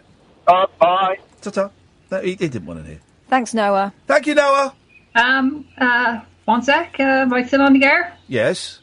I really don't want to become the spokesperson for, transgender issues, but you did kind of, I don't know, say something which kind of made me want to call in again. So, last night was a bit, heated, and I, again, apologise for that. So, that's all I really want to say. All right, nice one. Thank you very much. Nice. Cheers, bye-bye. 0344 499 1000. What a show this is tonight. Show of shows. This is Talk Radio. Stimulating nightly emissions guaranteed to open your eyes and your mind. Oh, my word. The Late Night Alternative with Iain Lee on Talk Radio. 0344 499 1000. Busy on the phones. Mark, Dave, Andre, stay there. We're going to go to Alex first. Good evening, Alex. Good evening. How are you, sir? Good, thank you, mate. What you got for us? Well, it's been a really heavy night. There's been a lot of very serious discussions discussed. I think we could change tactics and make it a little bit more light-hearted. You were talking about Will Ferrell being courted for some weird Eurovision movie. Yes. Hollywood is clearly creatively bankrupt, so let's run with it and let's think of some other things that we could cast him in. I reckon you could have him do any stupid plot and it will work because it's him. Yes. So you could do something stupid like, I don't know, you could have a film about two guys just in a pub quiz, and it's him and the other one he's always in films with, John C. Reilly. Don't give him a script. There's a film about pub quiz already with Jason Bateman in, which is he's not pub quizzes, but he's into quizzes. It starts off in a pub quiz, and he's into games, and they have gaming nights. I think it's called Game Night. Oh yeah, I've seen that. Yeah, it's quite. I went to the pictures and saw that. It's quite good. It's quite a good. It's been done. It's been done, Alex. Well, you could say it's a remake. Okay. They might as well. They remake everything else. Yes. But Will Ferrell is surely the greatest comedic talent this world has ever seen, isn't he? He's very, very good. I don't know if I'd say greatest of all time, but then again, I can't think of anyone I'd say instead. Yeah, but name one. He's better than Laurel and Hardy. He's better than Steve Martin. He's the best. He's the best. Ooh, that's controversial. No. Steve Martin, when he was at his best, I mean, something like Planes, Trains and Automobiles. Boring. I went to the pictures to see that film. It was boring. Name one good Steve Martin film. Well, that was it. Right, exactly. And it's dull. I remember going to the pictures, seeing that, and thinking, geez, this is... The only funny thing in that is, those aren't pillows. But that's it. The rest of it is boring. Father of the Bride. Rubbish. Great. Parenthood. Father of the Bride, really? Father of the Bride's only good because... Don't be snobbish, you know you love it. Father of the Bride is only good because of Martin Short. Martin Short makes that movie. So you say it's good? No, Martin Short's part. Martin Short's Amigos? part. Three Amigos is quite good, but that's Chevy Chase and Martin Short again. All right. Roxanne? Rubbish. No. Rubbish. All this sappy, crappy films from the 70s and the 80s. Why are you afraid of emotion? No, I'm not afraid of emotion. I like Patch Adams. But I just think his films are awful. Hey, where are we on getting that Robin Williams book? I've sent a request. Don't tell me I've got to order it and buy it. Well. Okay, we might have to order. There's a book out, Alex, a really detailed biography of Robin Williams, really detailed, and I can't wait. I'm going to suck that book up like nobody's business. Me too. I might take a look at that and order it myself. I'm going to go. It's called Robin. Just called Robin. Mm-hmm. I'm going on Amazon to see if it's out. Hang on. You know what's going to happen. You'll order it tonight. It'll arrive tomorrow. and not from that place that you're if you want to talk about some of the greatest comedic talents of all time, he has to be at the top of the conversation. I know he's not around anymore, but pretty much any film he was in, dramatic or comedy, he was incredible in them. Robin Williams? Yeah. Shut up, man. Shut up. Really? You don't like Good Will Hunting? You don't think he's good in it? I think he's good in Good Will Hunting. It's not a funny film, though, is I it? was joking about Patch Adams. That's a stinker. Patch Adams is garbage. No. The best Robin Williams film is a film that no one seems to have seen because it flopped, is The World According to Garp. Oh, I've seen that. That's a great film. That is a great film. Everyone should go and watch that. And then there's Dead Poets. Yeah, Dead Poet Society, brilliant film. I'm very partial to Good Morning Vietnam.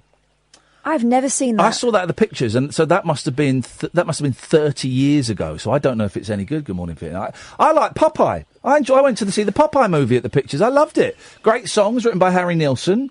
I love Popeye. I thought it was absolutely wonderful. I haven't seen that either. I'll check that out. I'll fall back. Don't expect too much because everyone hated it. I love I found Popeye. it a bit creepy. Yeah. Also, my dad used to call me Olive Oil, so... Okay. Oh, right, yeah. I don't know what you wouldn't want it. Alex, thank you for that, mate. Cheers. I'm going to go to Mark. Good evening, Mark. Hello. Hello, Mark. What you got for us? Well, I was wondering, because Catherine, your 11 o'clock song, I was going to make a small request for 12. What would you like at 12? Well, a friend of mine is on SoundCloud and makes tunes and all that sort of thing, plays all the instruments, writes it all, records it all. So I was wondering if you could be the world premiere of his music. I'm going to do it. How do I find him on SoundCloud? Type in Aiden, A-I-D-E-N. I can spell Aiden! You say that, that's only because he just spelled it for That's you. absolutely correct. Well, Yeah, you Aiden, can't yes. spell Ian right, so I didn't know if you could spell Aiden. Oh, now... Mark, you are yay close to getting a punch in the hooter, sunshine. Go on, next second name. Scott. Yeah, I've got that. How are you spelling that, Shanti? Stop it. Aiden Scott. With a hyphen and then Brown with an E. Flipping it. Let's go. Right. What we're going to do is, when we come back at midnight... Hang on a minute. Aiden Scott Brown. Okay, which song do I play? Go down, try Frontier of My Name. It might be the best. Frontier of My Name. Has it got an F-bomb in it? No, there's no F-bomb. We're going to play Frontier of My Name, Mark, and what we're going to do, we're going to play it after midnight, and we are going to open up the phone lines. We'll take calls straight to air, and people can critique it, okay? So 03444991000. Nice and aggressive, preferably. There we go, Mark. You're going to get it. You're going to get it. Thank you, Mark. So after midnight, we're going to take calls straight to air and play a brand new song by Aiden Scott Brown.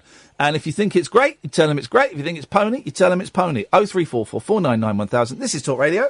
The Late Night Alternative with Iain Lee on Talk Radio. We have ways of making you talk. Right, so we're going to play this song.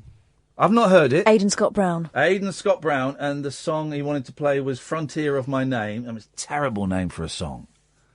He probably means it with all his heart, though. At the frontier of my name, you were playing a game, and I looked into your eyes, and I saw that I fell in love with you. That's how I would do it.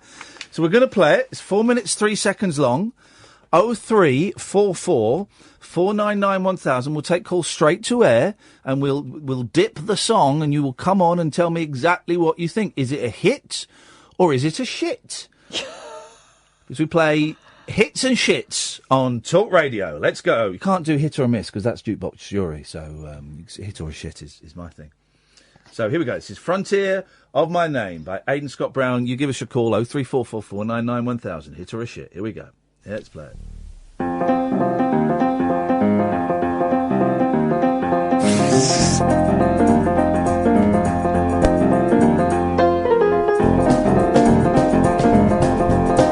0344 4991000. Hit or a shit. Aiden Scott Brown. Here we go. Saw what's written, was climbing on the wall. This fatal scene, and you've been acting bound to face its curtain call. And all along the border, the crosses pave the streets.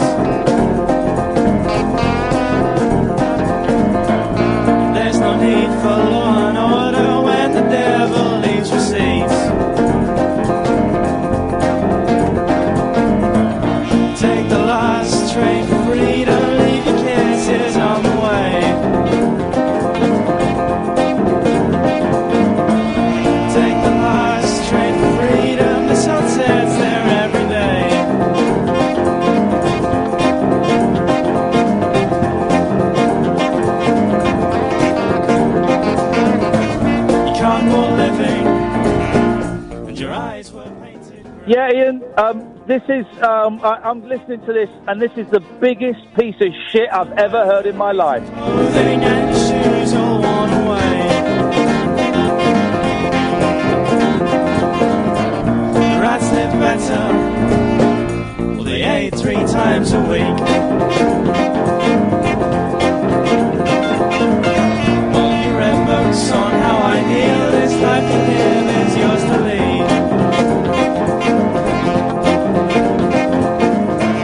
Take the last train for freedom, leave your kisses on the way.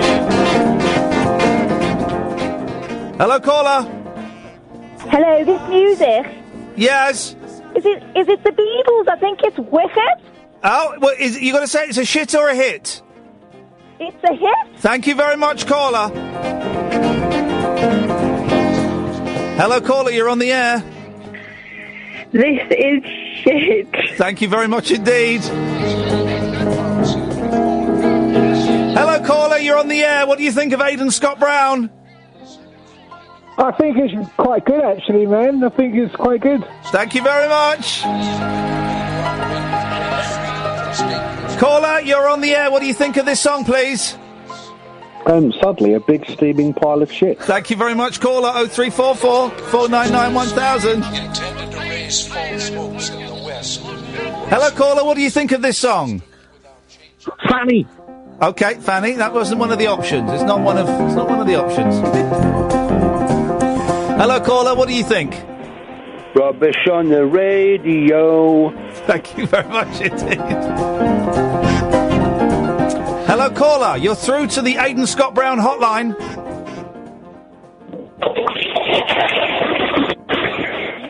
It's a flush of a toilet. I think it's a flush of a toilet. Thank you very much indeed, caller. Let's go to line 2. Line 2, what do you think? Please turn it off. Okay, thank you, Carthy. Line 3, what do you think? This song is arse gravy. Line 4, what do you think of the song, please? Hello, is that Ian? Yes. Yeah, I think the song's shit. Thank you very much indeed. And the last call, what do you think, caller? Bumba Clark. Okay, well that's just rude. That is. Thank you very much indeed. Okay, well that's that done. I wasn't keeping a score there, but I listen. We don't want another one. Okay, Aiden, if you're listening, really just give it up. Just give it up. Honestly, you don't stand a chance in hell. well, maybe in hell they all sound like that. 0344 499 1000 is the telephone number. We'll do. We'll tell you what. I'll tell you what we'll do. We'll do that more often, right? I like that. If you or a friend are in a band and you want your songs to be rated hit or shit, will we get in trouble for that? I don't know. I'm just thinking, will social media like that one? I think they probably would, wouldn't they? They can bleep it. They cut the swearing out of the other one. If you've got a song that you'd like us to play for the listeners, send me an email, ian@iainlee.com, and give us your phone number as well in the email, and we'll see if we can put you on.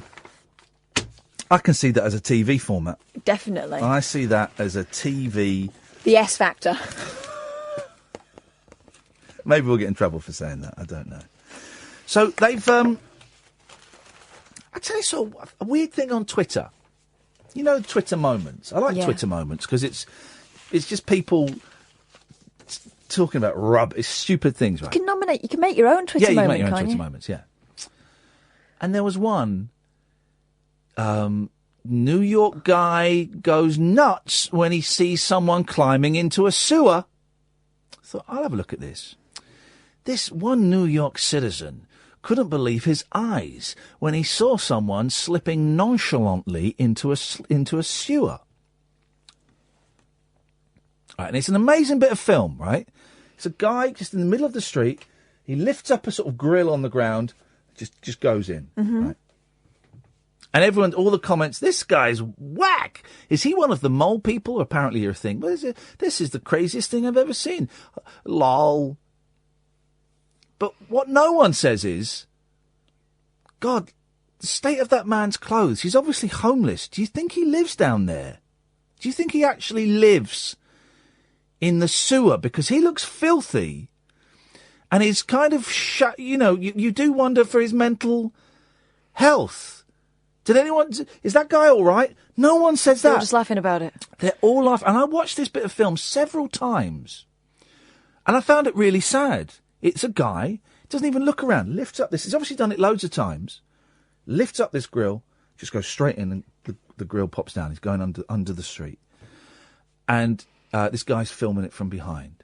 And it's all lols, and I just thought, that's the saddest bit of footage I've seen in years. That poor bloke. As we know from personal experience, and then from talking to our friend in America, there are a lot of severely mentally ill people wandering the streets and riding the trains because they have because healthcare costs, and who's mentally ill people aren't going to have the tens of thousands of dollars it's going to cost to go and get mental health. And we're talking like proper, schizophrenia, bipolar, severely damaged people. And so so many of them are wandering streets. Here, the facilities here are awful. But at least there are some facilities. And they're awful, and they're not great at all. But they're just... I watched this and I thought, that poor bloke. And now he's become a meme. God. I saw a documentary once about people who live in the storm drains in under Las Vegas. Yeah. Did you see that one? No. Amazing, right? So you've got all this sort of decadence above ground, and there's whole communities of people living in these sort of tunnels underneath the city, and quite a lot of them are gambling addicts, and they went there to for good times and ended up losing all their money, and they stay there. And some of the people in this storm drain would go above ground, and they'd go around the casinos, putting their hands in the bottom of the slot machines to see if there's any more money. Yeah. And when they found the money, instead of spending it on food, straight back in the slots. This will be the spin. This will be the spin that wins. Yeah. Twitter, I think, it's a strange place. Anyway, here's some good news. They've finally, and thank God they've done this, because I was talking about this the other day actually with someone. When are they going to do this? Well, they've done it. They've taught a spider to leap on command. So Colin Fernandez, the science correspondent. He knows his stuff. The science world is set for a major leap forward. And this really is great stuff. Thanks to a spider called Kim, who's been trained to jump on demand. The creature, who, like her namesake, Kim Kardashian, has a generously proportioned derriere. Already this is weird. Is able to jump up to 6 times her body length from a standing start. You never see a spider jump, do you? Arachnophobia, they were jumping all over the shop. Well, also, if you watch Arachnophobia on a TV, though, you can see the metal rod pushing the big spider. So, ruined it for me. Researchers examined her technique as they hope to build micro-robots that can emulate jumping spiders. Why? Why would they do that? Why would they want to build micro-robots that can emulate a thing that spiders don't do very often? For the Arachnophobia reboot. There we go. One possible use would be for pest control on crops. Oh, their subject, Kim, is a regal jumping spider. So a species famed for its jumping ability. So wait. They're taking credit for a spider doing what they're named for. But they've trained it to do it on command. This is the thing. Like, sit, walk gears, sit, here, jump. She's under half an inch long, but scientists from Manchester University, probably slipped it an E, were able to capture... Wow. Sorry? Was that Mankist, what you just did there? No, scientist. Sort of doesn't make sense, but if you don't question it, it does. Carry on, yeah. We're able to capture these remarkable images of Kim's leaps using high-speed, high-resolution cameras. Yeah, cameras. The team say their experiment explains how some predatory spiders catch their prey.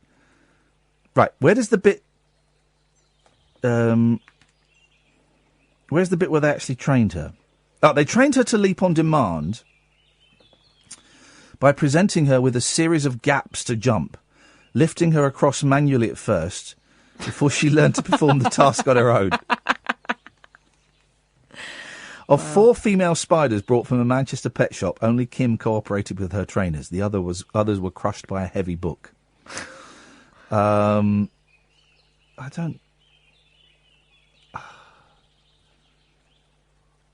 What is that? I don't even know. What even is that? Here's the diet. The regal jumping spider eats just 1 cricket a week.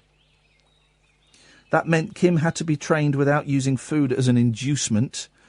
Scientists lifted her across a gap by hand to show her what they wanted her to do. Here you go, love.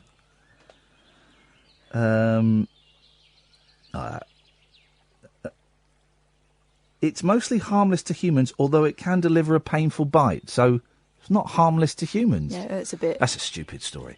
Evening, Steve. Hello, mate. Hello, Steve. Hello, brother. So what kind of radio station is this, brother? Yeah. Thank you. And one where you can't use the F word, but thanks very much indeed. Sorry to the YouTubers and the Periscopers. If you watch on YouTube, you get the whole uncensored nonsense. It's funny, you saw me reach for the dump button quite early on in that conversation. We knew where that was going. Is he phoned us before? It said new on the screen. Oh, how funny. How funny. We've had a sweary Steve before, that's all. Well, maybe it's something to do it's with the name Steve. It's the name. Stevens with a V would swear. Stevens with a PH wouldn't swear. 03444991000. 45 minutes of mirth and merriment to go. This is Talk Radio. No rules nocturnal nattering for night birds, nurses, and Nosferatu. All right, cool. The Late Night Alternative with Iain Lee on Talk Radio. 03444991000. Should we put? I've got another. I think this is the last one of those 5 minutes of that Watco made. At Watco, if you want to go and congratulate him, WATKO, go and do it because he's a nice lad and he'd appreciate it. I've asked him if he'll send us some more, if he'll make some more. He may have used up everything. So this is the last one we've got. This is 5 minutes of philosophy.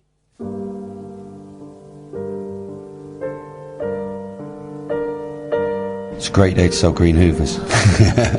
I used to stand in the mirror every day when I used to sell vacuum cleaners and go, it's a great day today to sell green hoovers. But no, the first thing I do is I've got certain things that I've got written and put on my wall at home in the hall. And it's things like be kind to people. Literally, it does say this on the wall. Be your own best friend. Don't be hard on people. Give people time. Learn to respect yourself. I've got all these things and I read those before I set off for the day. You live down here once, so you might as well enjoy your life while you're down here, because when it's gone, that's it. That'd be my motto. I'd tell anybody. I like to make people laugh, and if I see people what's looking miserable, I'll just crack out a joke just to make them smile. Just get on with it. Just get on with what life throws at you. You can't always have what you want. You can't always do what you want. You make the best of what you got. I take life as a great challenge, and I look forward to it, and I run with it. And it is good. You get out of it what you put in. And I think I'm a great believer in... I believe in God. I don't believe in a God. I believe in there is something out there that is made to work for us. And it's a faith as opposed to a religion. And I think, at the end of our lives, there's somebody going to wait. It'll be a little bit like this, a bit like an interview. And he's going to say, or she's going to say, so what have you learned? And then I'm going to have to go through my whole life and put it into context. And to be able to say, this is what I've learned. And every day is a whole new learning game. So, I love life, grasp it, run with it. If there's something that needs doing, it's easy to get on with it and do it than sit and moan about it. So, and I'm at my office and I'm doing something for somebody else. I accept responsibility for who I am. I accept responsibility for what I have become. I do not blame anybody. I do not praise anybody for the way I have turned out. I have made my own successes. I have made my own failures. And I live by them and I accept them, and they are everything that has happened to me has made me what I am. Whether it was of my own volition or by accident or whatever, if I'd have changed it, I could have done. But I accept what I am, so I am my own person. I am nobody's tool. I am nobody's fool, but my own. I don't drink. I don't smoke. Don't do drugs. I'll eat the odd bit of chocolate now and then, but who doesn't? You've got to enjoy life. Can't be totally boring. I just think those things, you've got to just ride through them, you know, because you can't alter fate or whatever, can you? If it's meant to be, it'll be, and you've just got to deal with it the best way you can, you know. I know sometimes, I mean, you get really uptight about things, but it passes, and then you look back and you think, well, you know, that's okay now. Everything's work in progress, because you cannot predict the future. You can't tell me what's going to happen tomorrow. You can't tell me what's going to happen next week. We don't know about life. We can't even predict the weather. I suppose if I had any sort of mantra, it would be all things in moderation and do your best and live with your mistakes. I try to do my best. If I fail, I fail. If I succeed, I'm pleased. If somebody pulls out in a car in front of somebody, how many of us go, oh, you idiot, and blah, blah, blah, blah, blah, blah? Because the meaning that we've given is they're driven with undue care and attention or whatever. But could we have given the meaning, he's just driven like that because somebody's dying in hospital? He's just driven like that because he's getting married and he's late for his wedding. He's just driven like that because his school's just rang up and the reality is, we don't know why that person's just pulled out in front of us. So instead of adding meaning to the event that you've seen, strip any meaning out, don't give it any meaning at all, and take things on face value. And by doing that, you keep yourself on the straight and narrow, and you keep yourself emotionally strong.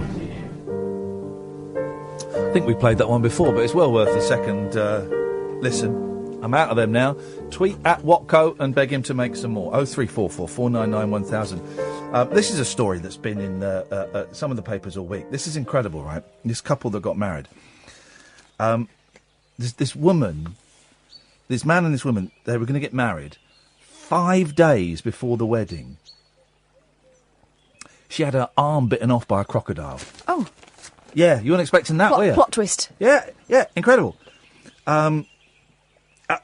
It's the most amazing. 5 days before the wedding, the crocodile bit her arm off, and she still went and got married. And incredible.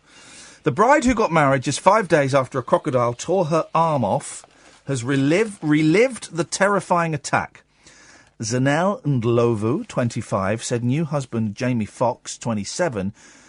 Here we go. What a man. What a man. What a woman. What a couple. Saved her life by punching the reptile as it tried to drag her under. Fantastic. Good for him. It's also emerged yesterday the croc has since been hunted down and shot dead. Sorry, croc fans. The couple were paddling on an inflatable canoe down the Zambezi in Zimbabwe when the beast surfaced and attacked Zanel. She said, it jumped out of the water and bit a chunk off my right arm. Together with the side of the canoe, which started deflating. It all happened so fast. The crocodile bit me again and pulled me into the water. God, what an amazing story. Jamie swam over to where I was struggling with the crocodile that was trying to pull me to the bottom and grabbed my waist. With the other hand, he rained blows down on the crocodile. He rained blows down on the crocodile to save his fiancée. What an amazing pair of human beings these people are. The guides saw us battling the crocodile and joined in, and it finally let go. The pain was excruciating, but Jamie was by my side, and I summoned the strength to fight through it, and although he was in shock, he calmed me down.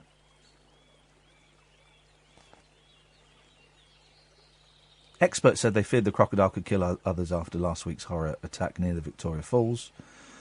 Zanel's right arm was so badly damaged it needed to be amputated. Despite this...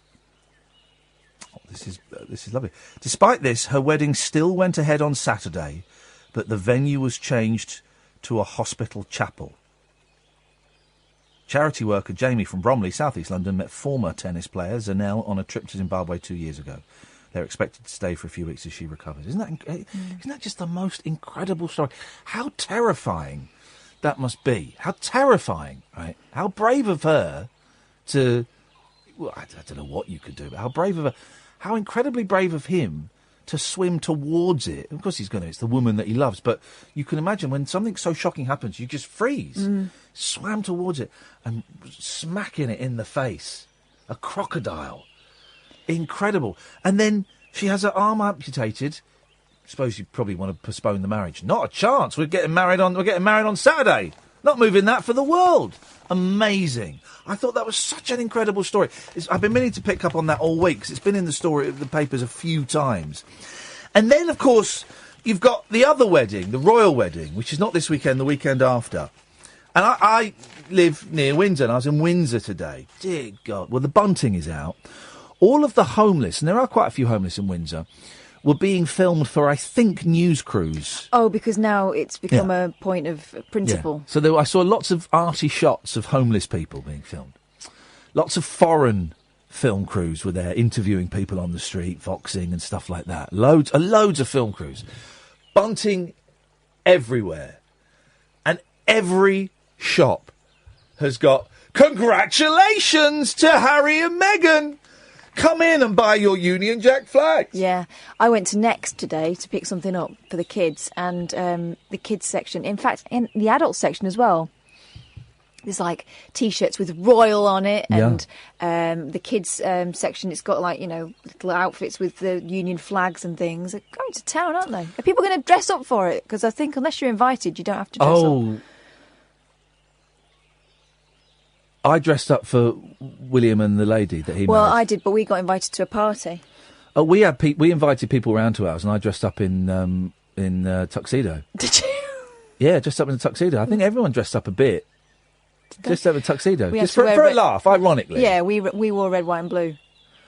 I'm going to be away the weekend of it, and I would quite like to watch it with my kids, because I think they would probably enjoy it. And, it would be nice to watch it with them and make slightly sarky comments. And Actually, that's right. The kids will love it. The kids will love it. The boys will love it. And, well, here's a useful text we've just been sent. Oh, good. Don't mess with crocodiles. No, it's a bit late for that couple, but yeah, you're right. Thank Inflatable boats, not a good idea. So there's a sort of stories in the paper about this bloody wedding. A dental clinic is using Meghan Markle's smile as an advert for its services. Oh. The Implant Centre in Hove, East Sussex, has her beaming on a Union Jack with the slogan, "Give your smile that Meghan sparkle." A source said, Meghan won't have known about this. But they're everywhere. Every shop window in Windsor is about this flipping royal wedding. And actually, I'm glad I'm out of Windsor that weekend. I'm going to be in Birmingham at a retro video games event. I'm giving a talk apparently. Mm-hmm. You can still dress up. Suppose so. You could still dress up. 03444991000. This is Talk Radio. A star-crossed soapbox for sailor boys, stable girls, I'm on the edge. and stripper grands. It depends who you're with and it depends on the situation. Late night speech radio with a difference. Thank you. The Late Night Alternative with Iain Lee on Talk Radio. 0344 499 1000 is the phone number. Another 30 minutes, and then it's Paul Ross at 1 o'clock. I think when I get home tonight at 2, I might have a couple of bouts of Overwatch on the old PS4. Fancy that. Had a good game today, and then I had a very angry Italian man afterwards. Really very unhappy with my technique as Symmetra. Did you not tell him it was only a game? No, I told him to S my D. Oh. Good evening, Jack. Defender, calling me up, been calling me for years. Sex defender, man, go away. I'm never gonna touch your wing here with my mouth. That's what you want me to do.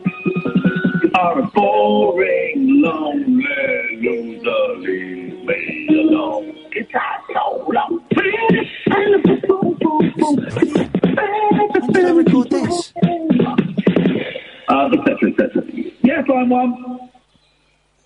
thanks, man. That was awesome. I'm brilliant. I'm brilliant at songing. Turns out, doesn't it? Eurovision next year, you might have a chance. You might just have a chance. Bad news, lads. Jane Fonda's knocked Nookie on the head. Is she? Yeah, she's knocked Nookie on the head. Hollywood star Jane Fonda has quit sex after turning 80. She quit sex.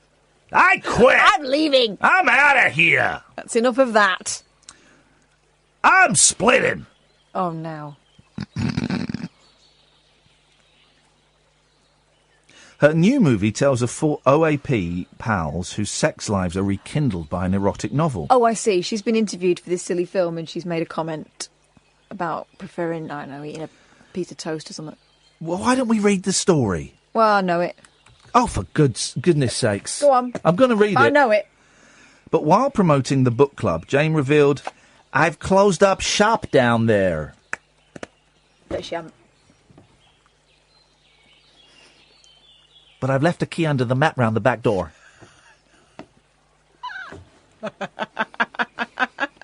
She got a pop-up shop.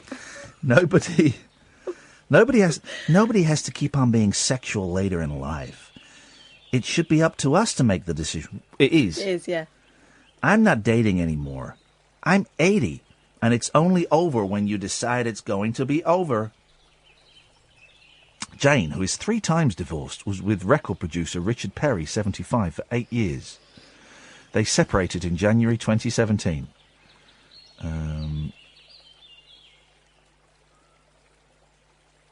Last year, Jane admitted experimenting with sex toys for her role in Netflix comedy Grace and Frankie. Yeah, she says stuff when she's selling films. That's what actors do. I thought that, though.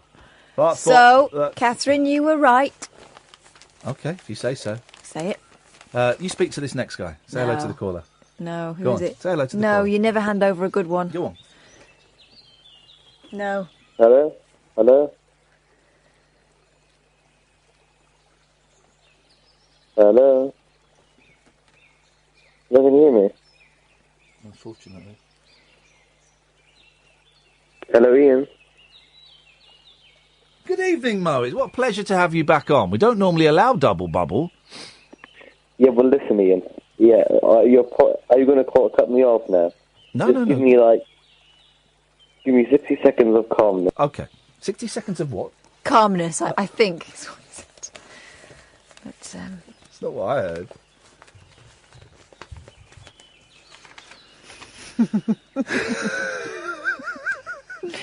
Oh. Bless him, he's only little. He's only young. Yes. He's only young. He's a trier. Oh yeah, so the itchiness is a side effect of coming off the mirtazapine. But it's getting better. I've still got numb fingers. 6 weeks after it started, I've still got numb fingers. I just haven't got the time to go to the doctors. I haven't got the time. Hang on. Whoa. Hey. Whoa. Yes, sir. Whoa. And yet, earlier on, you were saying, you doing anything tomorrow, Kath? Can we play Overwatch? Well, I can't go. You can't get an appointment on the same day. Well, plan one and make time.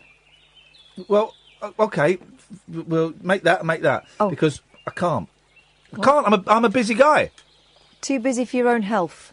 Well, I am. I can't go to the doctors tomorrow because to get a same day appointment. You've got to phone them at 8 o'clock in the morning. Yep. I'm going to be snoozing. So that isn't going to happen. Maybe I'll phone up and see if I can. Then they say we don't do appointments for the next week. I don't want to go to a walk-in centre because that's just for like emergencies, really. I might give them a call tomorrow. 03. You're impossible. I'm not. I'm very possible. 0344 499 1000. Good evening, Gavin. Hello, Ian. Why do you want to speak to me, man? I don't want to speak to you. Why do you... What? Sam just told me that you were eager to speak with me. Well, Sam's S-stirring. Oh, right, okay. Yeah, do you remember I called you? I was in a car crash last night and everything was kind of going crazy. Yeah, what's happened since? Yeah, I've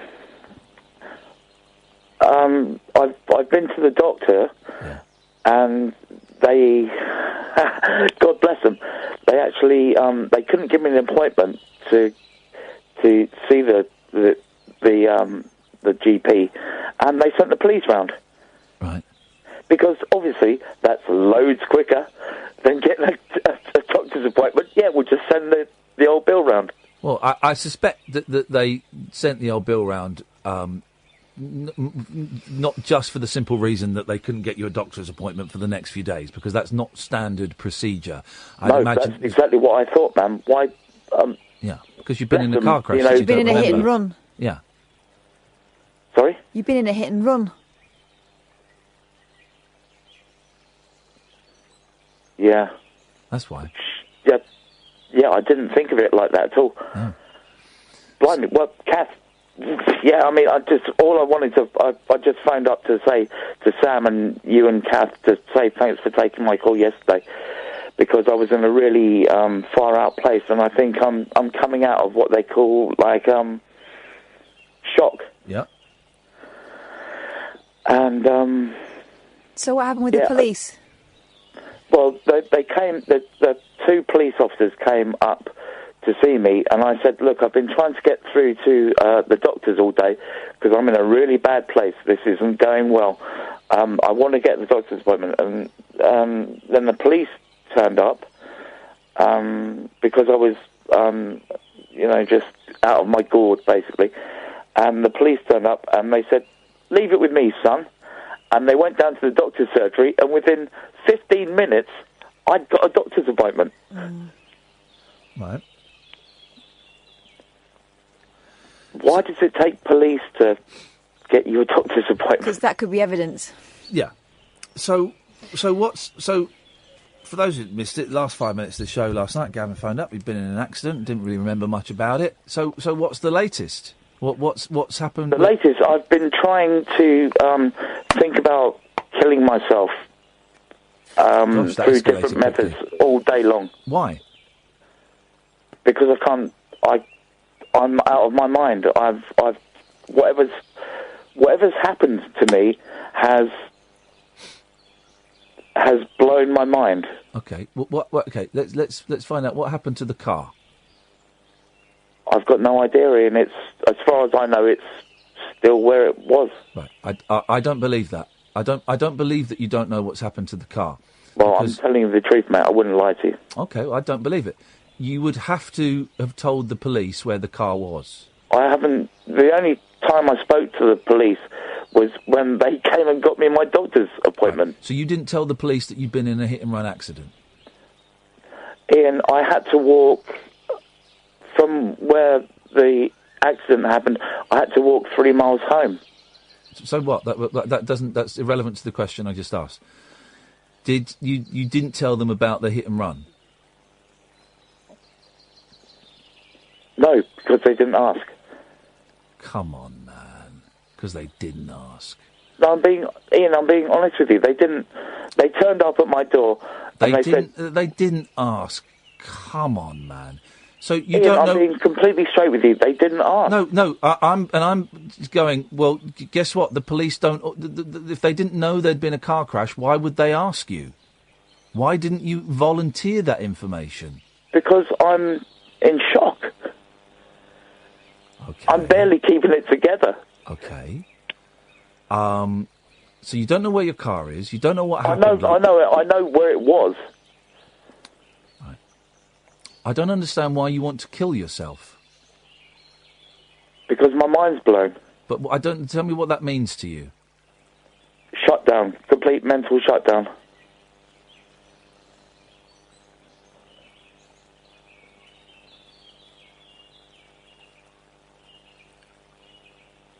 So, can I ask you a question that you might think is rude, but I just need to ask it. Were you stoned or drunk last night?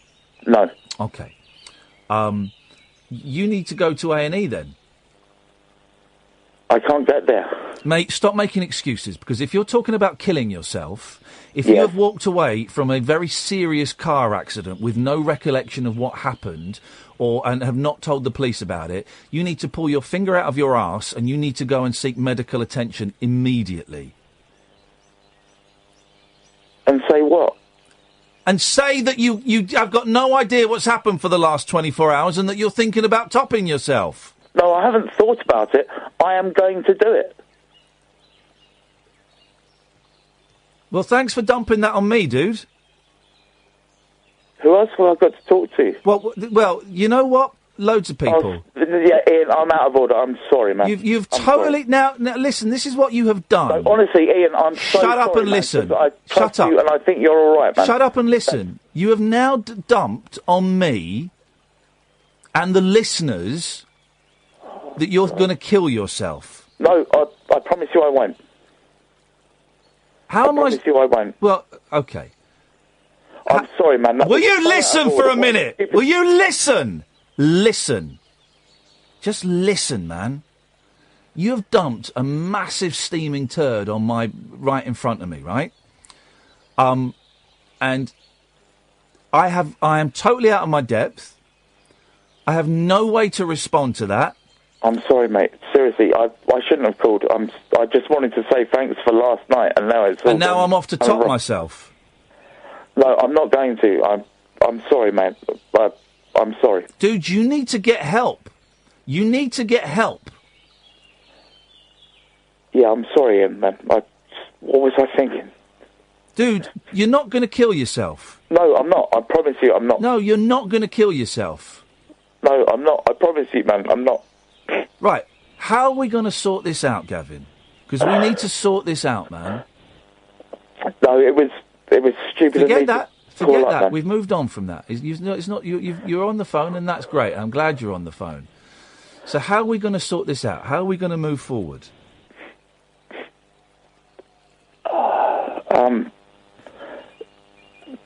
No, it's my fault. I shouldn't have called. I shouldn't have called you. I should have phoned the Samaritans that you helpfully recommend all the time, man. I'm sorry, man. I shouldn't have called you. You don't have to apologise. I'm glad you've called me. I'm glad you've called me, and I'm glad you've said what you said. And I hope you appreciate the reason why I had to get a little bit angry with you for a second, right? And Yeah, you I can call dig the it, man. Samaritans afterwards. Yeah, it's just my stupidity. Why would I call you? Stop because apologising. you're the only person I can talk to, man. Right. Fundamentally. Can I just say, everyone on Twitter, everyone on YouTube, stop it. Stop it. Stop it. Right? Stop it. You don't know what you're doing. Stop it. Right. Do you know someone called... Don't apologise. Do you know someone called Andrea? Yeah, from a long time ago. Yeah. Andrea H. Yeah, from a long time ago on Periscope. Yeah. Right. Will she have your telephone number? Well, I offered it to her, but she didn't want to. She didn't want to make things personal. I left my number with Sam, and she didn't pick it up. Okay. Well, this isn't okay. Because she's on one of the people on YouTube that is saying that she's going to try and contact you, right? Everyone else, you're not helping. Andrea, I can read the YouTube comments, Andrea. So if you want to, would you, how would you feel if we gave Andrea your telephone number? I've tried to give it to her before. Yeah, she's welcome to my phone number, man. Okay. Andrea, can you get in touch with me and we will pass the number on to you, right? I'm sorry, mate. I shouldn't. Yeah, listen, man. You were quite right. Why? What right do I have to call up with all this nonsense? No, you have every right to call up with this nonsense. You don't have the right to phone up and say, "Now I'm going to go and kill myself," because that's unfair. Well, that's not going to happen. No, and that's we've moved beyond that, and that's beautiful, and I'm glad we've moved beyond that. I'm glad you've called me, man. I'm really, really glad you've called me, and I'm glad that we've crossed that suicide bridge, man. And I'm glad we crossed it, because that's a silly bridge. You just get off that bridge and let's go and sit on the other side. It's quite a long bridge to cross, isn't it? What else is going on, though? Because this is a very strange reaction to have to a car crash. Not saying it's not possible to have it to a car crash, but I just feel that there's something else going on. I've lost my wife. When was that? Before I went into... what happened was I took too much drink and drugs and spoiled it all. And I was in hospital for 6 months. Here we go. Undergoing some pretty heavy stuff. And when I came out, I'd lost my home and I'd lost my wife. How long ago did you come out? I've been straight for about 8 months now, Ian. Okay, well there we go. Well, this is. I think the again. Let me put my amateur psychologist hat on. I would suggest that the car crash has been the catalyst, the release that you needed to let all of this stuff out that's happened, because it's big stuff, man. How are you finding staying clean? Pretty much something that you said the other day or the other week. You said you wake up and you think, right, maybe tomorrow I'll have a drink or I'll have a joint or something. Yeah. But today I'm not going to. I'll just see what happens tomorrow. That's kind of how I deal with it. Yeah. And how... Do I like it? No. No. Of course, I was saying yesterday that I had a little cry. I had a cry yesterday that I can't do cocaine ever again. I was crying about flipping cocaine, the thing that takes me to the darkest, most depraved place. The worst thing. It's horrible. That's something else that I really picked up. You say you've got cocaine radar when you're in a room with people, and you just think. I know it when people are holding. I know it. Yeah, I can feel it. There's a fire. Me too, man. Me too. How are you? How are you staying clean? Taking every day as it comes. How am I staying clean? I'm drinking a lot of Red Bull. Okay, well, I would politely suggest weaning yourself off that. I can't touch that stuff because it drives me nuts. No, but are you seeing? Are you going to a drugs counsellor? Are you seeing a therapist? Are you going to meetings? A group called ADAS. Right. But it's my mental health that's shot. I mean, the addictions. God bless me. I'm dealing with them all right. I don't lust after alcohol. I don't lust after drugs or anything. I mean, I smoke. Yeah, I smoke cigarettes. It's my mental health. It's just completely and utterly gone. I would suggest that the two things are perhaps a little bit more linked together than you think they are. Yeah, but I'm just learning about myself again. I'm learning how to be clean. Yeah. And it's like discovering yourself every waking minute. You wake up and you're you. And you think, hang on a minute, I haven't been... Who's this person that I'm living with, you know? And how are you finding yourself? Do you like yourself or do you hate yourself? Hate it. Of course you do. Hate yourself? Yeah. Yeah, of course you do. I knew that was going to be the answer, because that's what we do. We hate ourselves. Why should we ever be happy? We don't deserve happiness. Yeah, spot on. Yeah. Why do I deserve any sort of happiness? We don't. But actually we do. But we think we don't. I'm really sorry that your marriage broke down, man. That's a big one, isn't it? Yeah, blew my life apart. But at the time I was so pissed I didn't even notice it happening. There you go. Well, well done to your missus for looking after herself. And wherever she is. Yeah, well, she did the right thing for her, and but that doesn't make it any easier. I just wish she could meet me again. Now I'm all clean, and here's the bloke that you wanted to marry, kind of thing. You know what I mean? Yeah, and maybe that will happen, and maybe it won't happen. Maybe she's been through enough pain, and that's fine. And yeah, listen, Ian, you're an absolute gentleman. I'm sorry I called up, man. No, why are you sorry? I'm grateful you called up, because this is great, because it's helping me work out a few things in my head about my life as well, because I'm going through a divorce. Different reasons. Yeah. But I'm going through it, and it's devastating, isn't it? There's almost bits where you sort of don't even want to wake up in the morning, do you know what I mean? Yeah. You just wish sleep would last forever. Yeah, of course.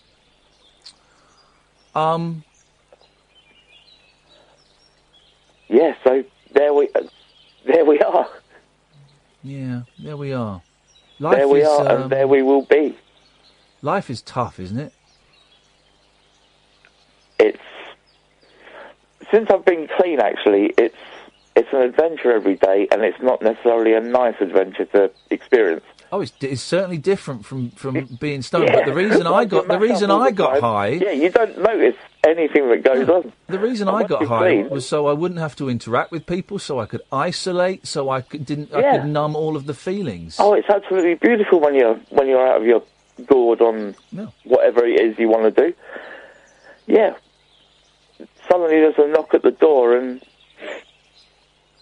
you're awake again and you're alive and you think, what have I missed?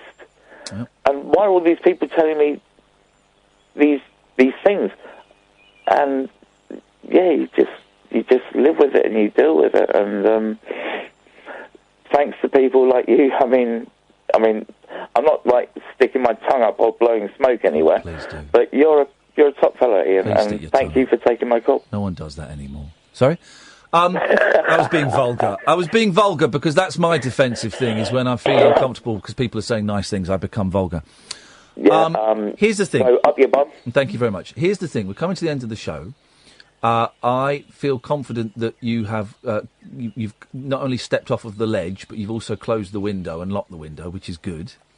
Yeah, I agree with that. Yeah, I agree with that. Andrea's going to give you a call. I'd love to. She's going to give you a call when I finish. And you know, be kind, be nice.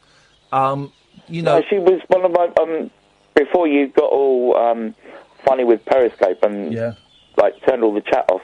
I used to speak to her sort of every night when I was listening to you. Yeah. Periscope's not a particularly nice place, but there are some nice people. Oh no, I make it my business to be nice on there. I make it my business. Here we go. Listen, we've had a tweet from Andy. Shall I read you this tweet? Go on. You guys need to watch your levels. All over the place tonight. Quite difficult to listen to. Wow. No. Sorry, Andy. Hey, listen, here's what's going to happen, Gavin. You're going to give me a call tomorrow night. I can't guarantee that. I would like you to commit to giving me a call tomorrow night, please. Just so that you haven't got to just phone up and say I'm not dead. That's all you got to do. All right, I will. You committing to it? Yeah, all right, Ian, I will. Beautiful, lovely. I look forward to it. Well, we can have a chat tomorrow if you want, or if you just want to phone up and say, Ian, I'm not dead, and hang up. Beautiful. That'll work with me. Like Caddick does. Well, don't be asleep. Gavin, all right, I'm really grateful for your call. Thank you for thinking you could call us and share this stuff with us. I genuinely mean that. No, thank you, brother. Honestly, thank you. All the best. I'm going to cut you off now. Okay. There we go. Hope the levels were okay. Poor bloke. I know it wasn't just a car crash. That's that's. Thank you, everyone. Thank you, Catherine. Thank you, Sam. Paul Ross is up next. We'll be back tonight at 10 o'clock. Until then, from us, ta-ta.